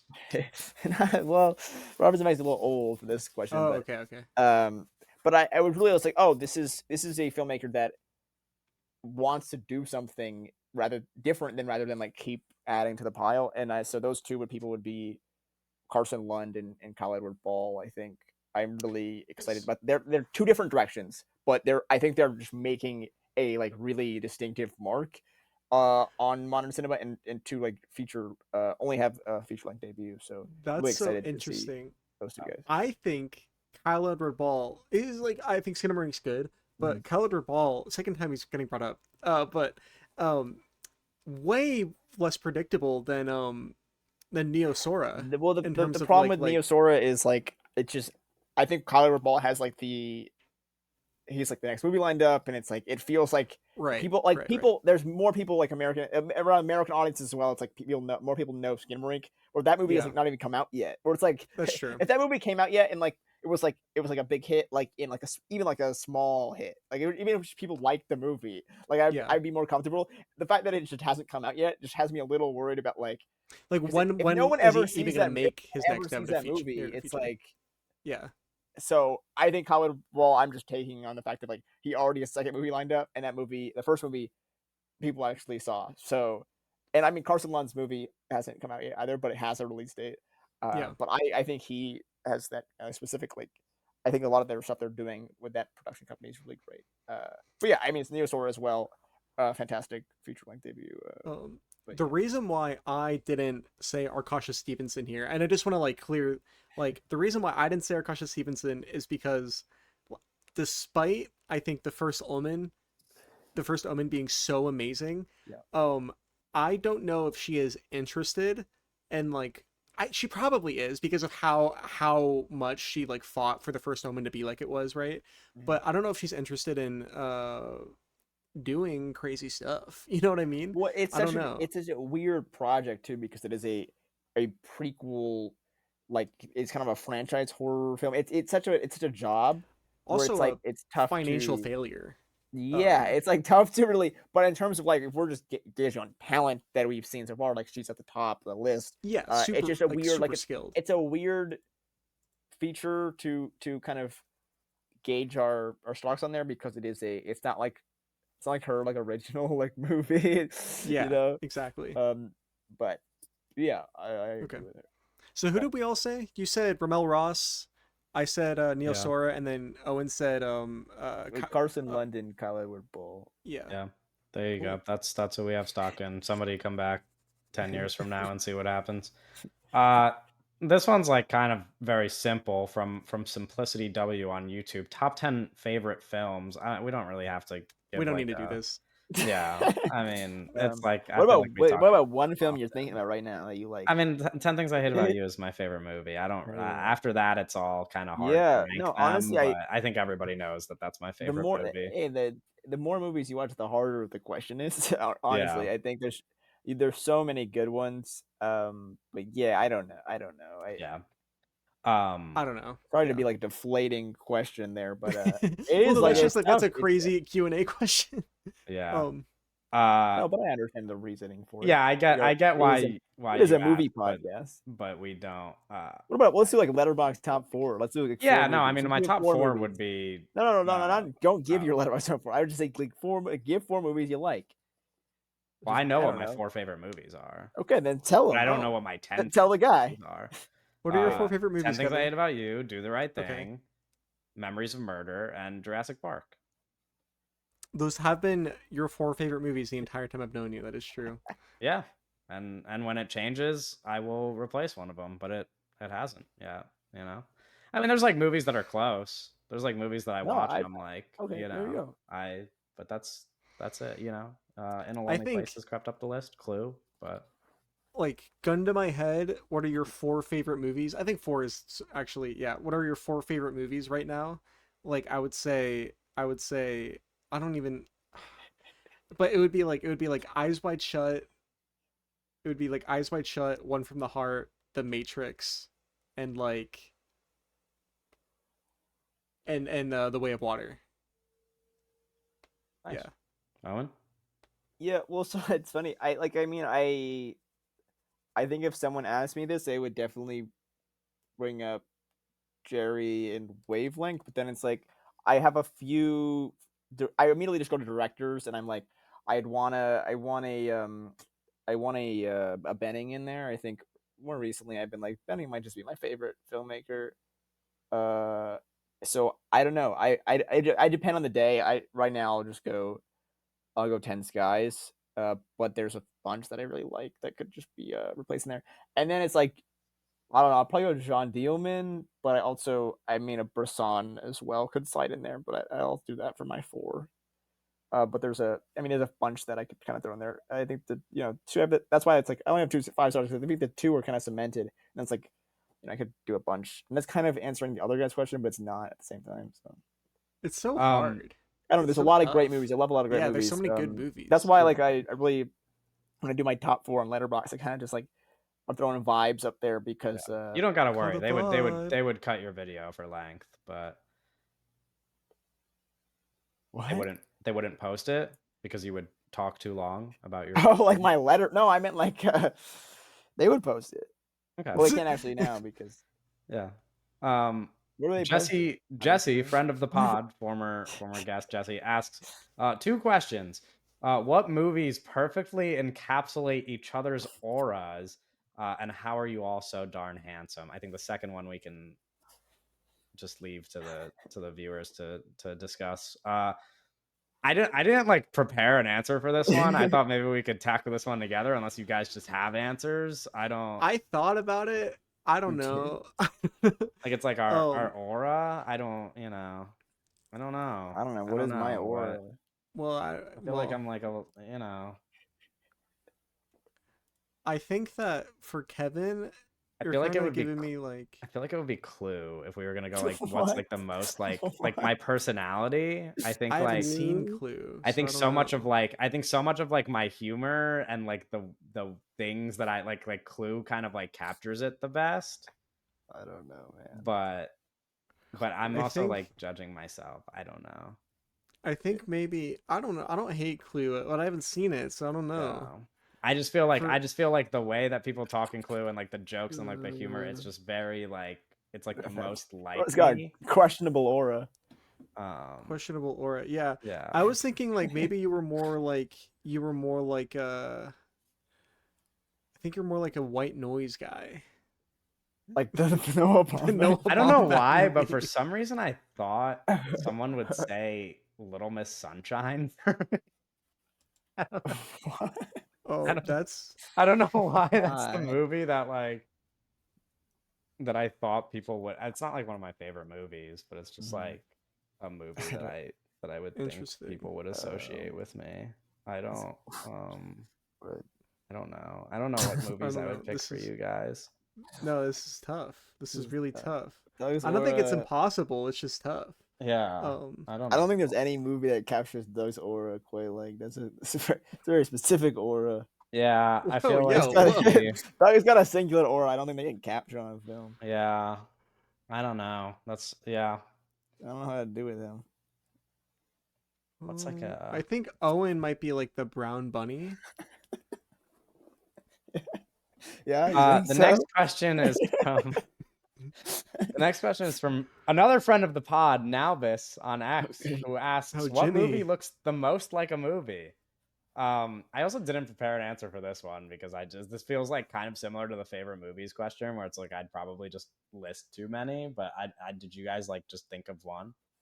Yeah, One from the Heart, 1982. Yeah, that's what I thought you were gonna say. Did you actually like specifically that one movie? No, yeah, I swear. When I was That's like when I crazy. looked at the question, I was like, he's gonna say One from the Heart. I thought you Yeah. both might say it, to be honest, but I don't know. I'm thinking of like like How Green Was My Valley or like some John Ford like black and white, like My Darling Clementine or something like that. right. I think more recent example for me was when I rewatched The Conformist. I was just like, that's what I want every movie to look like. So Twixt that's too. Loki Megalopolis. all right. Yeah. Uh, what would you choose to be the last film you watch before you die? This is from George on X. My answer is probably just to the point. It's probably just my favorite Like, movie. I don't how know am I why dying? I don't know. Yeah, how are we dying? I think in any Am I circumstance am I I would like like to in the watch 10 bed? Things I Hate About You before I die. No, so it's like you're like in the room, right? And they're gonna do lethal injection, and you and you have to just like, watch a movie before they do it. yeah. And 10 Things I Hate About You. It's like, what else would I I want to see in the think, world? um, hmm. Or do I just like, or do you just like do a movie Tony you've never, do you Conrad's The do, Flicker. do you do like a movie you've never seen before as like your last one? No. Like you What if just it's a go bad out. movie? Yeah, what if it's a bad movie? Uh, It's not gonna you're not gonna care at that point. You'll be dead. I'm gonna do, I'm gonna do Happy End, right? Suki Hamaguchi. Oh, and what's yours? Tony Conrad's The Flicker. Yeah, Oh, the okay. flicker. I thought that, I don't know why. I thought that I've was seen Doug's that. answer I for want you. to. It's gonna Or kill me. from you. Yeah, that's gonna kill me. That movie, that's a crazy answer. That um, movie's also like 30 seconds long. No, it's not. No, it's not, but It's like, what is it? 30 minutes long. yeah. uh, 30 seconds. Chaz I miss. Chaz Mullis on X asks, "Is there a movie from before you were born that you would want to be at the premiere of?" I feel bad that at this point in the movie questions, I'm just recycling answers that I've listed in favorite movies in various forms. But like, Yeah. my obvious answer is seeing Jurassic Park, and that's like my favorite blockbuster ever, and like seeing it when it was at the like that popular as it was coming out would be awesome. Um, Honestly, less as like a, oh, I love this movie so much, I would love to be there for the movie, but maybe a little bit more for like some drama, you know? Like put me in like the Irreversible premiere at oh Cannes. I Jesus. saw I saw a video on Instagram recently. It was interviewing all the people walking out Yeah, of no, I it. saw that and I was This. like, yeah, put me in there, bro. Like for some Yeah, drama, like, you know what I mean? Um yeah. Sure. Yeah. Oh, do you that know movie what I movie you'd also want to don't see? think it came out before I was born. Um Yeah. A Psycho. I went to see the Psycho premiere. It's interesting because it's not that old. And my I was talking to my grandfather like I don't know, a while ago, and he's talking about like it playing like the drive-ins. Like, you remember playing the drive-ins, but I think that'd be a cool one to see. I'm stealing Opening. Owen's answer and also saying Psycho. Okay. Okay, not No, personally. imagine. No, I No, mean, yeah. yeah, We're Yeah. there's a lot of imagining. That's the idea of the question is that we're imagining. That would be crazy. Also for like the drama. Right. yeah. Yeah. Um, Jake H asks, "What's a film that you want to see remade?" Um, not that many answers for this one. Who's doing Uh, it? I guess that's up to you. Do If I you're the get one to that do wants it? to see, if you're the one that wants to see it remade, I guess that's your Um, choice. Bram Um, Stoker's Dracula. uh, they did that before. I don't know. I think there's a lot of like there's a lot of great silent films that would be interesting, but I don't know. I think it's so specific because like it's like there are films that I watch that are older and like, oh, it'd be cool to like tackle this or like make my own version of this. But it's like when we're talking about remaking a movie, it really depends on who's doing it and like what's their goal and what their intentions are, and so like I think there's so many great movies that have the opportunity to become kind of a sandbox for a really interesting artist. But I don't know. It's a kind of complicated question. What if David Fincher Did Squid Game? remade what Squid if David Fincher remade uh Metropolis, but as an Apple Game. TV David Plus original Fincher. series? David Fincher is such a funny guy for that. Um, um Honestly, yeah. I don't know. I don't know. I don't know. No, Do I'm you have an not answer, really. Kevin? Uh, I don't know. Not really, because it's like most of these movies I don't need, but if I'm like looking at like old movies that I What like, if Bong I could, Joon-ho remade How Green Was My Valley? sure, I'd watch it. What But the like it's fuck? like not That's like such a random thing. Yeah, I don't know. I think I had a thing I was gonna say, but I don't really know where I was going with it. I forgot it. yeah, I don't know. I'm just like looking at all my favorite movies Cool, and I'm dude. like, not really. I like Oh, I guess I remember what I said. I was gonna basically say like I am not like against the concept of. I think the concept of remaking movies is something that's been around since like the inception of movies. Sure, So it's yeah. something that I'm I'm like not against it anti. either, I I just just don't, like, think kind of of what I ones yeah, that I kind of want. that too, but also it's just like I think it's interesting because a lot of things I would want to be remade, or the things that I'm like, oh, this would be interesting if they remade this. They would never remake it because, or unless someone like really wanted to, but they would never remake it because it probably wouldn't be like a profitable thing. Most of the time, they're remaking things because like, oh, if we remade this, it would be like super profitable. But like the most interesting things that maybe could be remade, are only gonna be remade if like some like artist is like, oh, this is what I want to do because it's like not like a super Yeah, like, remaking like a old talent movie isn't like getting butts in seats, but it could yeah, be cool. It could be a cool idea depending on who's making it. yeah. Um, okay. The next question is from A Parks on X, who asks a fake movie that is shown in a movie that you want to see. Honestly, I had like no answers for this. I when this question came up, the only thing I could think of were the stab movies in Yeah, Scream, and I was that's where it's like, just like scary movie. yeah, and I was like, I'd watch those. Jaws 46 from Back to the Future or whatever. Oh yeah, I haven't seen Back to the Future in over a decade. Oh, and I'm assuming I you don't know. didn't I have don't one? know. Okay, that's I okay, don't we can know. move on. That was one where I was like, I don't know what I would say for this. I Yeah, feel like there's definitely I've, like, never something, really thought of this. I don't know, but I wonder every I'm time they curious show a who movie, oh, do you know what? I have an answer. The Purple Rose of Cairo in the Purple Rose of Cairo. Okay, interesting. Oh, wait, the movie that they're shooting in The Fall Guy. Jesus. Yeah. Well, I'm Yeah. sure, like, the spirit of the question probably comes from something like Inglourious Basterds or something, Yeah. but I can't really, like, think of too many movies off the top of my Yeah. The head that Purple are, Rose like, of movies in Cairo movies, like, is my answer. um okay, simple question for the next one, from Topia on X. Who's your guys' top 3 working directors right now? Um, I guess it's not, like, that simple because I couldn't even really, like, think of a definitive third. Like, I knew it was, like, well, I put down, like, I knew it was Kelly Reichardt, and then as, like, a placeholder, I just kinda put down M. Night Shyamalan and Richard Linklater, but I Mhm. don't you know, that's not I'm not confident in those answers. I'm confident in Kelly Reichardt. I'm not really confident in a second or third. I think it's like I think there's probably like a mix of 7 or 8 people that could fight for those 2 spots currently. So by Um, working, I'm assuming that I'm assuming by working we're saying like based off of the implied quality of what their next movie is going to be. You know what I mean?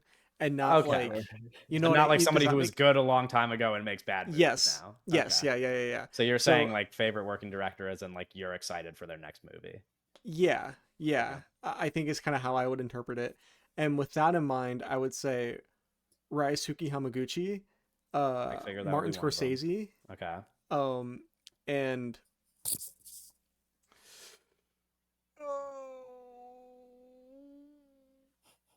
Okay. Yeah, I mean Scorsese's definitely in the mix for me I as don't know. well.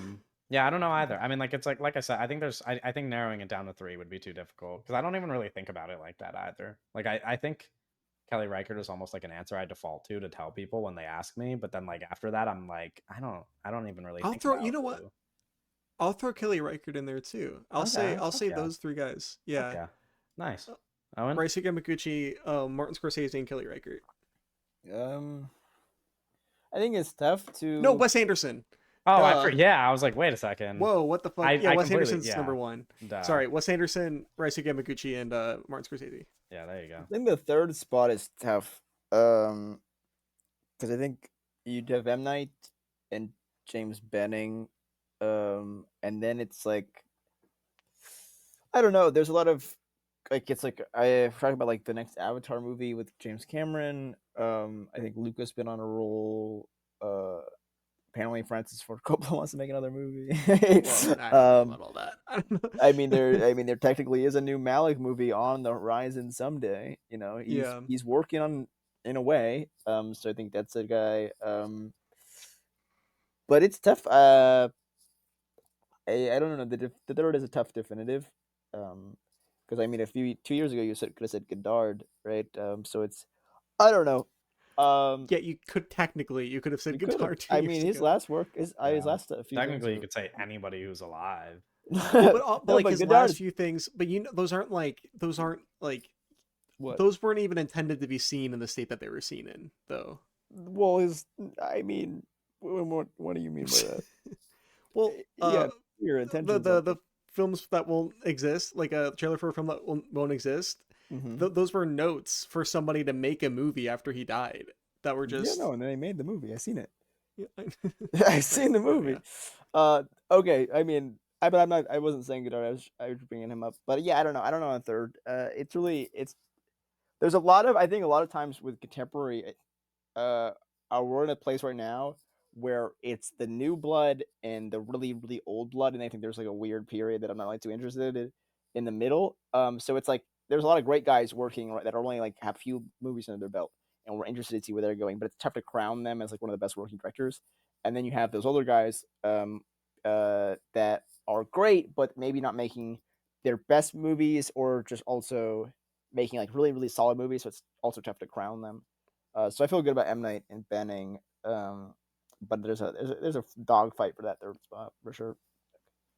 The next question from Christian on X is, what 5 movies would you send to aliens to show them what film is? I probably spent too much time thinking about this one because I tried to come up with some sort of method to make it make sense. So I was like, I mean, part of it is that like I think they need to like watch both one movie that makes them really emotional, if that's even possible. I don't know what these aliens are like, but so I would just pick like one of the saddest movies I've seen. I don't have a specific example, but just any of the movies that make me cry the most, and then similarly just any movie that would make them laugh really hard. But again, this is assuming that aliens would understand our sense of humor. Like original, like from my perspective, I'm like, oh, super bad makes me laugh the hardest. But from an alien's perspective, it might make more sense to do like Sherlock Jr. so that it's very palatable to aliens. You know what I mean? Like something that like because they're not going to understand super bad's humor, but maybe they will understand like an older film that that aliens could follow.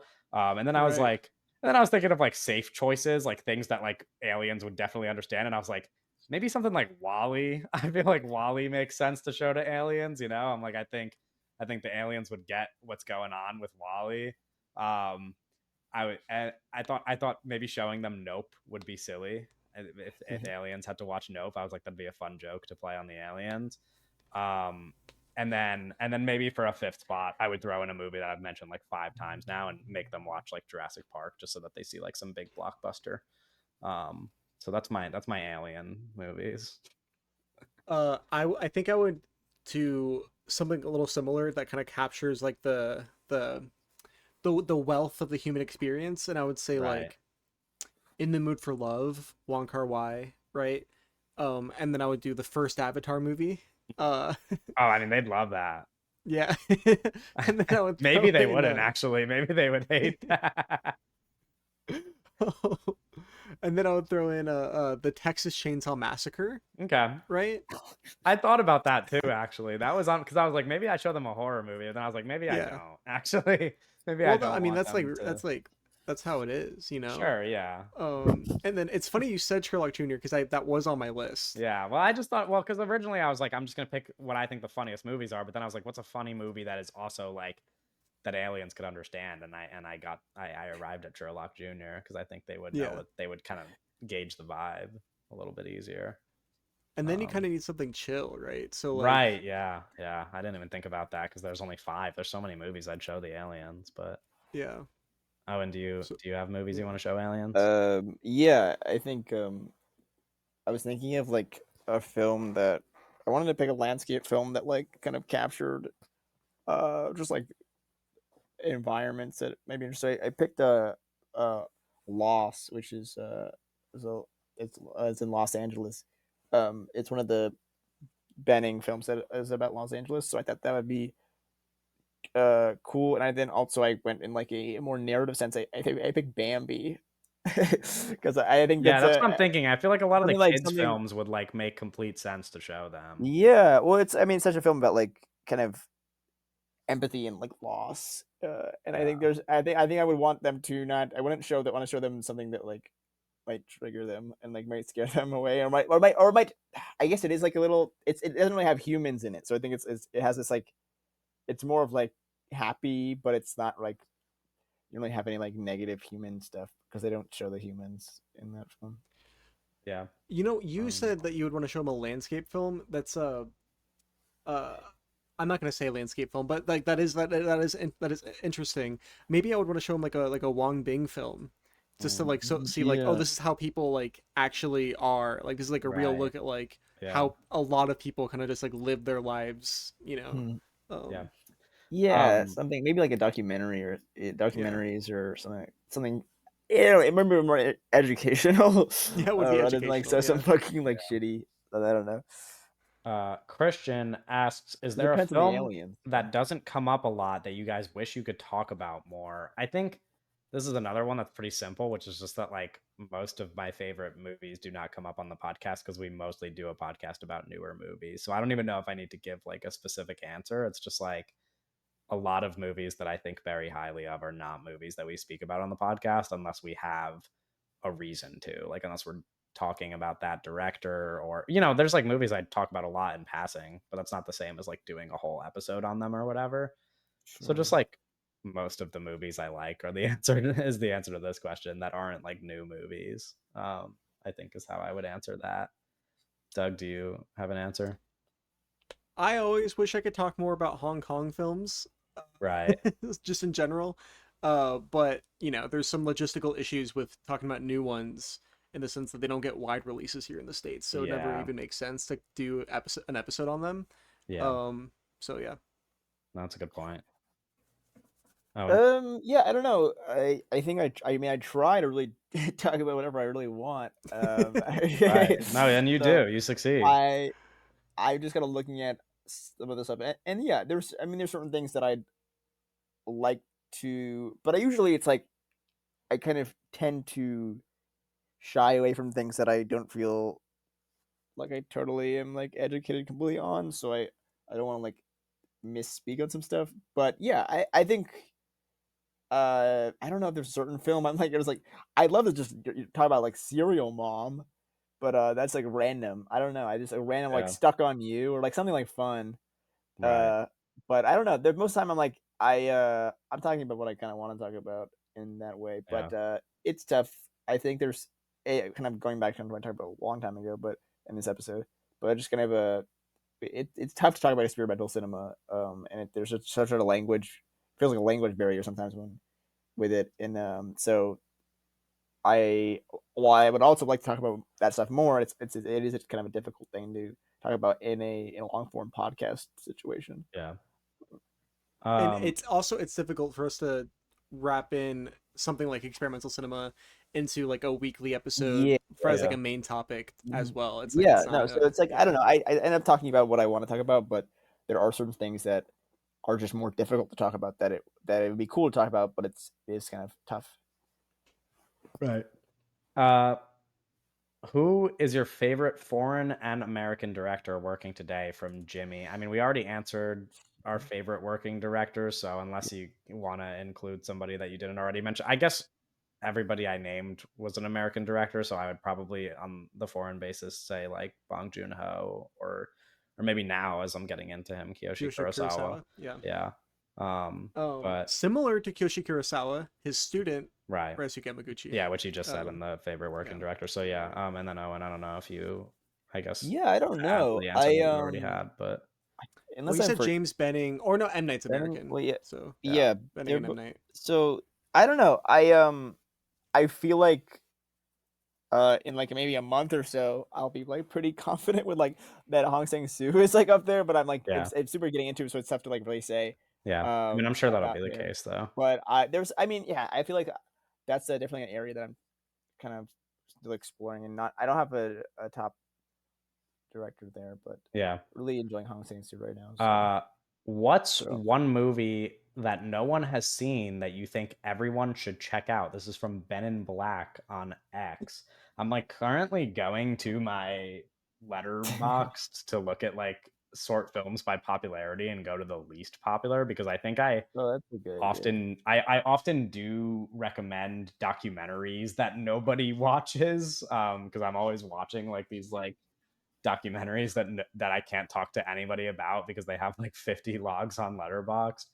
And so Uh, Black's Britannica is a good one. There's a Fidel documentary called just Fidel that is a really good one. The Murder of Fred Hampton, nobody has seen. If you just go and like look at all of the documentaries I've Mhm. watched and sort them by popularity, there's at least like a nice few movies there at the bottom that I think everybody should watch that like nobody has. So Mhm. so that would be my answer. I got people I think I have a little bit of a reputation to be a little recency bias gremlin, but Mhm. Dangerous Encounters of the First Kind, it really is like not everybody needs to seek it because it's like an upsetting film and like people like some people will not like it because it is upsetting, but it's Yeah. like if you're interested or like kind of open-minded enough, it's everybody should kind of just watch that movie straight up. Yeah. Um Owen, do you have an answer? Yeah, I mean, they're not. It's like they're. It depends on the viewer here. I'm sure some of you guys have seen these movies, but in terms of like mass popularity about the average Joe, I would recommend a couple films, starting with I think The Wind from 1928 is super essential. I brought it up before, but I think Hell's a Poppin' is definitely uh, one that everyone should check out. And then one that I've recommended to a bunch of people on Twitter, but I think All the Vermeers in New York, the John Jost film, is super underrated, and that has 5,000 logs on Letterboxd. So Yeah. that's a film that I think if was more popular, I think it would be like if or more people saw it, I think it'd be really popular because it's very it it kind of has the kind of makings of a film that you might see now that would do like really good at like I hate to call it like a festival thing, but like it did really good at festivals when it came out. As that, and then it kind of he didn't really make films like that anymore. So like it really didn't like it didn't really stay in popularity. But I think yeah. Yeah. people who normally like the kind of festival films or just kind of like more experimental but narrative films, I would recommend All the Vermeers in New York. Yeah. It's also kind of essential, like New I've York been cinema. hearing you talk about this movie for so long. Since we were in New York and you watched it on your way to New York, I've been hearing you talk about this Yeah. movie. Right. I'd also throw in for a non-documentary answer that as I was just looking at those letterbox popularity things, for some reason Mate One only has 15,000 logs on Letterbox, and I just assumed it was a lot more popular than that. Everybody should watch that. That's like one of those movies where like it would be like one of the like best reviewed movies on Letterboxd if like people had seen it. But I mean, it already Mhm. does have like a 4.1 on Letterboxd, but it's just like that movie's so good. So that would be another Well, answer that like maybe I just don't know why people haven't seen it. Peter But Greenaway's Prospero's books I'll throw in as well. yeah. Um, what movie brings you guys the most nostalgia from Caden on X? That's like I think pretty similar to like the what got us into movies things, which is just like Harry Potter and also watching Home Alone every Christmas as a kid. Like that movie, that kind of like every time I still watch that movie, it just brings me back to being a kid. So those are probably the two obvious answers for me. Yeah, the Terminator. Yeah, right. It Which is might kind be of the something like yeah. a broken record, No, I but know, but it is. It's like it's not that much different than asking what movies got us into movies. It's like that is those are the movies that would make us the most nostalgic, I think. But unless you have a different answer, Owen. Chamber of Secrets, Right. Shrek 2, and Attack of the Clones. Big on sequels. I don't know. Yeah. Ben in Black again on X asks us, "What's your least favorite movie you have as a poster on your wall?" You guys will realize I have none. You're So, naked. so yeah, my okay. wall's naked. So this is all you guys. Least favorite movie on that wall. It is it's over here. It is Dune Part 2, which you can see Okay. behind the Bergman box set behind me. Nice. But I have but I But you also have it have on the wall, so I have a lot of posters. Like even like over here, not in frame, I have posters up right. that are much larger. Oh, Um and what's your least favorite movie? The West Ball picture, Kingdom of the Planet of the Oh, Apes. yeah. It's a good I do movie, have some but posters tucked under my bed, but I don't know what my least favorite one is. Maybe Probably it's the Barbie. no, I think it might be Transformers: Rise of the Beasts. Oh yeah. Um, nice. that's probably my least favorite. If you guys could delete one movie from existence, what would it be? This is from Santi on X. I don't like I people always ask me what my least favorite movie is. I don't have like a an obvious like least favorite movie. Like there's like plenty of movies I don't like, but I don't think I could just point to one movie and be like, this is the worst movie I've ever watched. And even then, my least favorite movies, I don't like care if they I exist or don't know not. if this really counts, but if the Justice League just never existed That's a and we great just answer. got like Zack Snyder's movie originally, we'd be in it'd be a different place in the kind of really pop culture. I think we'd be in a Yeah. different place for sure. It'd be different. So and that movie's also the whole situation in that movie is like kind of awful. So if that movie never happened and we got what we were supposed to get from the jump, that's one way where we can kind of get more movies that have taken one out. So I'll go with that. Yeah. What if Um what if I guess from that perspective, thinking of movies that like would change the course of history is a little bit interesting. Like Yeah. or like change what the if we course of just got movies. rid of the third Star Wars prequel? So like they just never What? finished them. Why? No, not prequel, Oh, a sequel. sequel. I Sorry, was like, sorry. you're gonna get rid of Revenge of the Sith? No, I'm not like, Revenge what of the the fuck? Sith. What was it called? The Rise of Skywalker. What if we Yeah. just like deleted that so it never happened, and then it was What if just you deleted like, the first one? well, yeah. What would I don't know. How does that work in this None of the other hypothetical? ones happen either. There's just no sequels. No, no, no. But if you delete the first one, you're only deleting that one. So do the sequels still happen? Like it's like I don't. You're kind of Yeah, well, I because like what guess if I you don't just know. delete Iron Man? Yeah, You know, there you go. there's Yeah, like no, I that's 30 good. think it That's works. what I I was think it just works. thinking. That's what I I was just think thinking. if you Yeah. delete So, Iron Man, I don't think I still don't think you get the MCU. yeah. That's a good call. Or Yeah. you get like an MCU, but it's like a different it's like a It's like different. it would be totally different. Yeah. Yeah. Right. Columned on X asks, "What's your sixth favorite Sam Raimi film?" I think this is like kind of a troll question, but I guess Spider-Man 3, because it would be the first Hold for on. me. I haven't seen that many outside of the Evil Dead and It, Spider-Man movies, but it would be the first two Spider-Man, the three Evil Dead it's a movies, and then it is Spider-Man 3 would be honestly at number it's 6. one of the toughest questions. I'm gonna be really Uh, honest. Okay. Your wait, sixth wait. favorite is one of the toughest questions. Yeah. Okay. Doctor Strange in the Multiverse of That's my number Madness. 7, I think. What? I've Yeah, seen that's my 7, so sixth that's gotta favorite. be my 7th favorite. What the fuck? But 6th Yeah. is Spider-Man 3. What is Yeah. 7 though? For me, don't worry about it. Uh, Oh my, what the oh my fuck? god. What do you mean don't worry about it? What do you have It's below it? like It's something a really movie you guys good. are gonna think is better than Doctor Strange. Yeah, well, no Yeah, shit. What because is it? You have to say it. No, I don't have to. I don't have to say anything. oh yeah. Okay, I'm just gonna go look. I think it comes down to whether I like Evil Dead more than Army of Darkness. And it's like I don't know, man. It's a toss up. I think there was probably a time where I would say Army of Darkness might be the best of the three Evil Dead movies, but I might lean today that that is the worst, but still, man, like really incredible. Um, but yeah, I mean, Evil Dead 2, obviously not. I Then think the the three first Spider-Man Evil movies, Dead I is think my least favorite of those the three. the first, I It was think really good. the first Evil Dead 6, I think is just a really incredible accomplishment. So I'll go with Army of Darkness as my sixth favorite. Okay. I'm trying to do some research, but I've yet to find the answer to the movie that Doug is hiding from us. I think it might be Spider-Man 3, though. It's probably right. It is Spider-Man 3. That's Yes. great. Okay. Let's go for the fucking Okay. Doctor And finally, Strange. we make it to our last category. These are just like more broad movie questions that don't have like specific movie answers.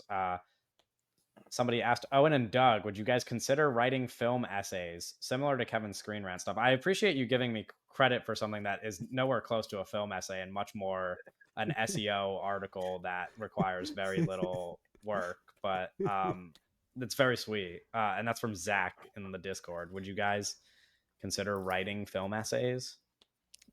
Yeah, I consider doing a lot of stuff for sure. Okay. Well, okay. Owen, do you have an answer? Yeah, I guess I'm considering it right now.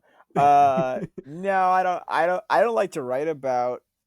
I like doing my little reviews and like, but I Right. don't think that's like for Yeah, I me. think I I don't want even to. I don't even like writing about Yeah, my own stuff. I think I want to at some point break into like with the YouTube videos that I'm making now, just kind of like write like longer form video, like write out stuff for them so that it's just like easier to Yeah. get my thoughts across in video form. But um but that's something I would explore in the future if there's any audience for that at all. Doug, I'm assuming that's your answer then, that you just I like need to think read about it. before I write, you know? Yeah, I'm just not a very good writer. sure, Is yeah, so and I don't get a lot of joy from writing.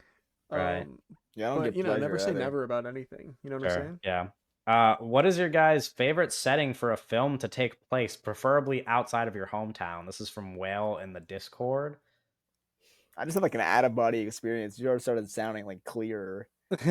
Like all of a uh, sudden, like your voice is like super clear, and yeah, that's what I was happens like, when where we're the over fuck am 3 hours I right into now? the Where the fuck recording. am I right now? We're also recording this at night, which is not what we Yeah. normally do. I'm going to Yeah. say And who created medieval that system? China. How did we? God, I guess. You said China? Medieval China. Oh, medieval China. Okay. Yeah, I medieval put China. down I have a couple. It's between like I mean one the big one for me is LA because that was like a second home for me when I went to school there, and it was also before I went to school there, kind of like just the place I dreamed of spending time in, and so watching stuff that takes place there got me more excited about it. Um and then like I would also just say like any movie that takes place with like surrounding a lot of nature, like mountains or just like in nature. And then I also just put like generally small town suburban America when the small town is like incorporated into the plot very well, where like the Yeah, community yeah. that they're in and it's like saying something about small town suburban America that I really dig movies about that. So any of those, Owen. Well, it's coming to mind like a lot of different uh places. I like cities, but like specifically like in the streets of the cities, like walking the streets of the cities. Um, I like kind of vast landscapes in or like hills. So like either like green hills or like deserts. But just kind of like not really like any like trees, but just kind of like uh hilly stuff going on there. Um yeah, I don't know. I like lots Yeah, of I I don't like a lot of I know. like I a lot of I need to think good about that one. Yeah, I give me a don't know. Yeah. second, guys. Um, um I don't know. I like yeah, but I don't know. I'm big on like walkable things, like places where people are like sure. walking a lot. So Death like I Valley, Yeah. perhaps. yeah, Death Valley. I like things like that. Yeah. Okay, Nice. cool. What film character would you want to be your best friend? I would say Paddington or Cat from Coraline. This is N Peak in the Discord. My answer would be Shout out uh, Paddington. like Patrick Verona from 10 Things I Hate About You, or if similar to this person's answer, I was gonna go like the cute animal or animal adjacent companion route. I would pick like Scooby Doo. Maybe I wouldn't want like Scooby Doo to be my best friend. He gets in so much like hijinks. mischief. Yeah, that's fun. Yeah. Yeah, like a bunch of hijinks with my But it would dog. be That'd like be that'd be you're trying to fun. like live a normal life and like he's like pulling it's like you gotta go to work and he's pulling into hijinks. I don't know. It's I like would. I think that'd be fun. It would keep things exciting. Same with like I don't know, like Toothless from How to Train Your Dragon. I think for and also we mentioned on the Christmas episode, but Gizmo would be a big one for me too. Some of those. Maybe any of like the animals in Harry Potter, but like a hippogriff would be cool. Like a yeah. best friend that's a hippogriff, and I could like ride it and fly and stuff. But also like it's cute and cuddly. Um, I would say Kiri from Avatar the Way of Water. mhm, that Um makes sense. Perhaps. Or this is another like you could say like I don't know, Agent Dale Cooper from Twin Peaks. Just to have some like fun phone That's calls with him sometime. nice. Um, Owen, what's your answer? I don't. Um. Or like Spider-Man.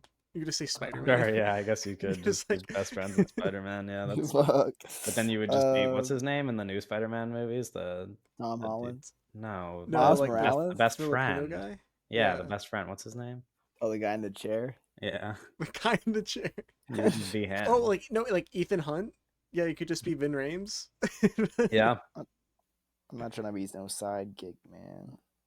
Why Well, not? I would be Uh, Ethan Hunt's sidekick. What the I want heck? to be the that's young cool. Like, man, Buster Keaton, the young man. okay. Okay. Just okay. You're a Um, buster, man. Other than watching movies, what has been your greatest resource to go to for learning about film? I mean, I guess it starts with when I was in school. That's probably a good resource. ChatGPT. Yeah, Um, ChatGPT.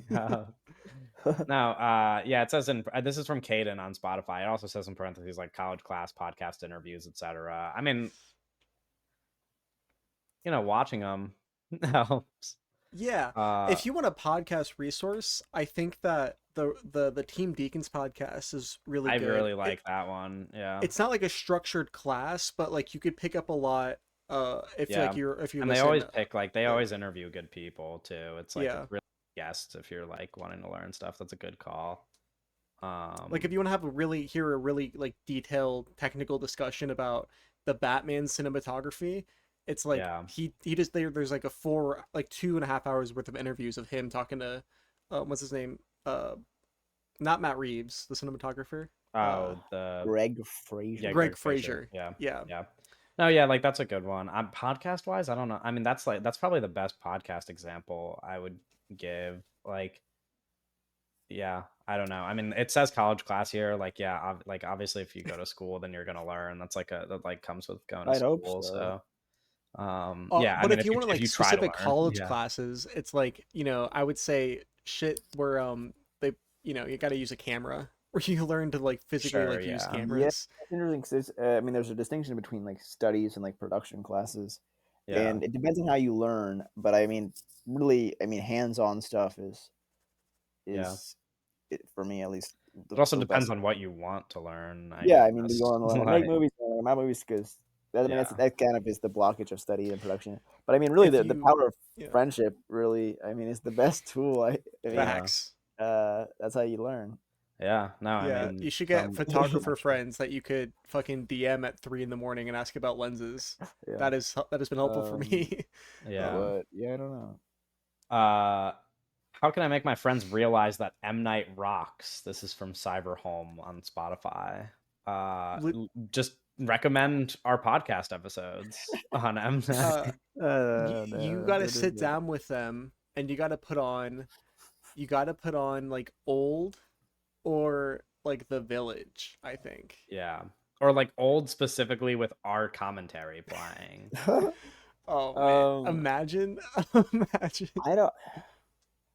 I'm interesting. I would it it depends on where like they are in their own like kind of film journey, because I feel like if they're like just watching like Marvel movies, honestly, I think the best thing you could do is start with just older movies and watch older movies, and then I think they will just appreciate him later via that. But I mean, that's like kind of not a quick fix.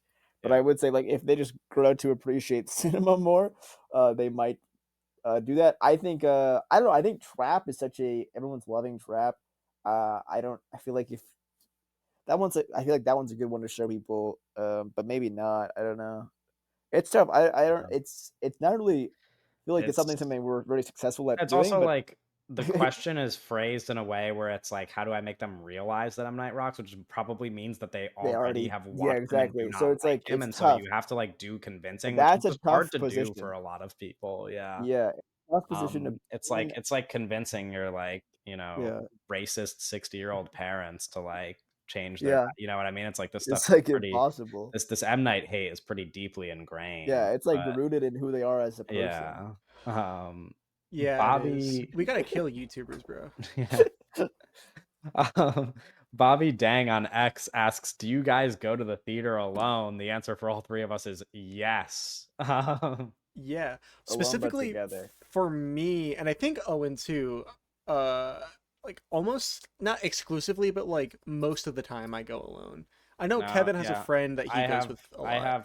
especially now I go with my Kevin's got a girlfriend when fucking my piss friend can't buddy. go either. But no, I mean sometimes I still go alone. There's often times where like if it's a week where like 2, 3, or maybe even 4 big movies are coming out that weekend, I'm not going to bother my friend to go see all 4 of them because not everybody wants to spend a whole Yeah, weekend at the no, movies. And so, yeah, I will watch movies alone, and I think everybody should. It's kind of awesome. And Yeah. after you do it for a while, you don't even, like a lot of people are worried about watching stuff alone and they're like, this is weird and whatever. But it's like, after a certain amount of time passes, you don't even think about it. Like when I go to the movies alone now, I don't even think yeah. about it. I Well, just I walk in, like it a like it's lot. normal, and I sit down and I watch the movie and then I leave. Like it's like nobody's Yeah. even. Going to the movies with another person, that's like this is the out of the ordinary thing for me Yeah. now, where it's like Yeah. now Yeah. it's a I thing. forget I'm paraphrasing here, but there's something Godard said that was funny, where it was kind of like and it was a response to like television and the difference between watching something on television and watching something in theater is when you're watching something on television, mommy and daddy are in the room with you. And then when you go to the theater on yourself, you're leaving the house and you're going on your own and it's a different experience. You're doing it for you and you're kind of experiencing something by yourself, which is kind of just like kind of pivotal thing that everyone should be doing is doing stuff by themselves. But yeah, I like it a lot. I love to show people movies and like to go to movies with other people. But there is something kind of special about especially we're so kind of connected now and everyone's kind of it feels like everyone's kind of a click away, right? But to kind of shut off the phone and kind of go somewhere on your own and kind of just give yourself singularly to the movie. Not even worried about what the guy next to you was thinking because they're your buddy, right? But just to totally have that one-on-one experience, I think is kind of vital if you like movies. Um, Yeah. I think it's kind of something you kind of have to do, especially like when we watch a movie. We're watching so many movies, and it's like Kevin said, you got to kind of watch the amount of newer releases. You kind of have to dig some journeys on your own. Yeah. Yeah, for sure. No, listen, not everybody wants to go see fucking. What am I seeing this week? Wolfman. Yeah, You know. Yeah. I'm so excited. Yeah. If you were to shoot a movie, what 3 actors are you calling? This is again from Topia on X. This is like a question where it's like, I mean, I would change my answer depending on the movie, Yeah. probably. But if I'm just like going as like some default where it's like the 3 actors I might want to work with the most, it's like obviously Killian Murphy, and then I'm kind of just picking and choosing between a handful of other people that includes maybe like Kate Blanchett, Olivia Colman. I love Channing Tatum. I would love to just like do anything with Channing Tatum. Or of course, like those 2 young guys that I always mention, Paul Mescal and Josh O'Connor. Which I two see. young guys? Why did you Just say like, that? well, because they're like Why did you young Those say that? stars. two Like young Those boys two. that I always they're talk just like about. they're like the rising I stars. always But it's like, but I don't know talk that I would about want to them. work with them as much as like Killian Murphy or like some of these like really established like Kate Blanchett or whatever. Like I think I'd probably prefer that. But Yeah, I would say Mike Feist. Um, oh, you know Mike what? Feist, Rachel Dude, what? Sennett. Oh, Like I don't, Jesus Christ. I would also throw Song Kang Ho in the mix. That would be awesome. Yeah, that would be awesome. Yeah. You guys don't like this question? No, I do. I I do don't like want to this question. I don't want to What, you give didn't away. even answer. I don't want to like I give did. I said away Mike like Feist, Rachel Sennett, and Anya Taylor Joy. Oh, okay. Yeah. this is like a personal question. It's like a very personal question. Okay. Yeah. I literally did. Look into my fucking brain. I did post on public social media and ask for an actor to be in my movie. So I guess I Yeah. should say Guy Pearce because I did do that. Right. Yeah, shut up, Guy Pearce. I'll say Billy Crudup. That's One. my You don't Okay, need what? 2 more. nah. That's all. Star of the Morning Show on Apple Yeah, TV Plus. shout out. Star of Would my show. recommend. Yeah, well, maybe. Who would you want to star in a biopic about yourself? Billy Crudup. Probably Landry Shamet. We're all gonna say people older than us. That makes yeah. sense because we're all pretty young. But I'm gonna like, say he's not born yet. Yeah. He hasn't been. born He hasn't yet. Well, been Owen would born. probably be fucking. It would be Buttercup from the Powerpuff Girls. You know what? I would want a Charlie XCX to Mhm. play me in a biopic. Or who's the person that everybody always said? Oh, Jenna Ortega. yeah, That's actually like an easy and one. Jenna Ortega and Billy Crudup can play me at different points in my life. Yeah, you think you'll grow up to look like Billy Crudup? No, I just want him to be in my Okay. movie. I'm just trying to think of like actors He that was look just like me, on and my I'm like, I eye. don't fucking know, He dude. was on Like, my eye. He was on my um, mind. yeah, no, that's fair. Okay. Addison Rae. Last question of the Q&A. Do you guys have any physical media? And if so, what's your No. favorite thing that you own? This is from Sunny on X. The answer to Favorite. the first part is yes, but the favorite thing that you own, um, I don't have Doug, my do you want to things go on. first? I feel like you were Yeah, Doug, go oh, first. okay, never mind. Doug is taking off the headset to go Uh, grab it. I don't. I, you know, I don't know. I don't know. Favorite thing I own. I Are we love all going to grab the stuff? Stan Brakhage box Okay, set is pretty now that cool. Doug's back, I'll go grab mine. And But Doug explain why there. Where did Kevin go? He's going to get his thing. You talk. You talk about Oh, your okay, okay, thing. okay. I got this is the Citizen Kane 50th anniversary box set. It is Yeah. it's very big, There's only as you one can see. movie. It's only one movie. Yeah. I'll open it up real quick. that's So huge. yeah, Now, inside here we got some good stuff. We it's have an audio podcast, by the way. I know. Well, that's why I'm walking us Yeah. through it audially. It's like a Michael Uh, Snow film. it's Explain everything we see. it's the screenplay. Uh-huh. It comes with a screenplay, and it comes with some like art and stuff. But it comes. Hold on. It comes. With oh god, with this book about like the making of the movie and stuff, and then oh my god, dude, this is not how you're supposed to open it. We have here the movie, but on VHS, but it's sealed. I have a sealed copy of Citizen Kane on VHS in this massive fucking It's box. funny because when that movie came out, there VHS was no is VHS. yeah, there was no. Well, this is the 50th anniversary edition, Uh-huh. so it's Oh like yeah, that's true. yeah. That wasn't last year. It Yeah. was not. It was when Speaking they of VHS'd it. speaking of VHS, I have with friend of the pod Sarah, we went VHS shopping together, and my favorite one that I bought was this Boys in the Hood one, which I just like. I can't play it, but I have it on display on my shelf, and this is one of my favorite movies, and it just like looks really cool. So that's probably up there. And then in terms of things that I actually watch, my favorite is probably. I mean, I've only just recently started buying things physically, so I don't have a ton, but the Tales of the Four Seasons Romare Criterion is probably my favorite little thing that I got because obviously, as people know, that's my favorite director, and I've enjoyed having this. So those are my two. I also have a Hero, the Zhang Yimou movie on PSP, and Oh this is fuck also yeah, a sealed copy. nice. And I think that's really cool too. Oh, and did you answer yours while I was gone, or Yeah, well, I said the Brackage box set, right? or the like the, the Criterion. But I don't know. I would have to like look at my shit. But I don't even know where it is. Somewhere in my Right. room. Yeah. I don't have anything crazy. Right, same. That was our last question. We normally at this point would probably do news, but we have been recording for 3.5 hours and it's past midnight currently. Yeah, Uh, and it is so Tuesday, January 14th right Red now. yeah, Spirit Lake Blu-ray and also is so cool. we are probably going to skip on the news front, but I This want is a to ridiculously remind long podcast yeah, episode, I want and to remind everybody to like the episode, comment, subscribe on YouTube, rate the episode on Spotify and Apple Podcasts, and follow us on all of our links. And of course, thank everybody for sending in all of these Yeah. questions, which we have now spent over 3 hours answering. I hope that is acceptable. I hope we got to everybody's question. Obviously, there's a few that we cut out, but for the most part, we answered almost all of them. Uh, and that's where we'll wrap that up. Next week, we're now in the triple digits. Will be episode 101, and we will be talking, or I should say, drafting our most anticipated movies of 2025. So wow, we'll see you that's later. magical right there. Yeah. Yep. Okay, bye.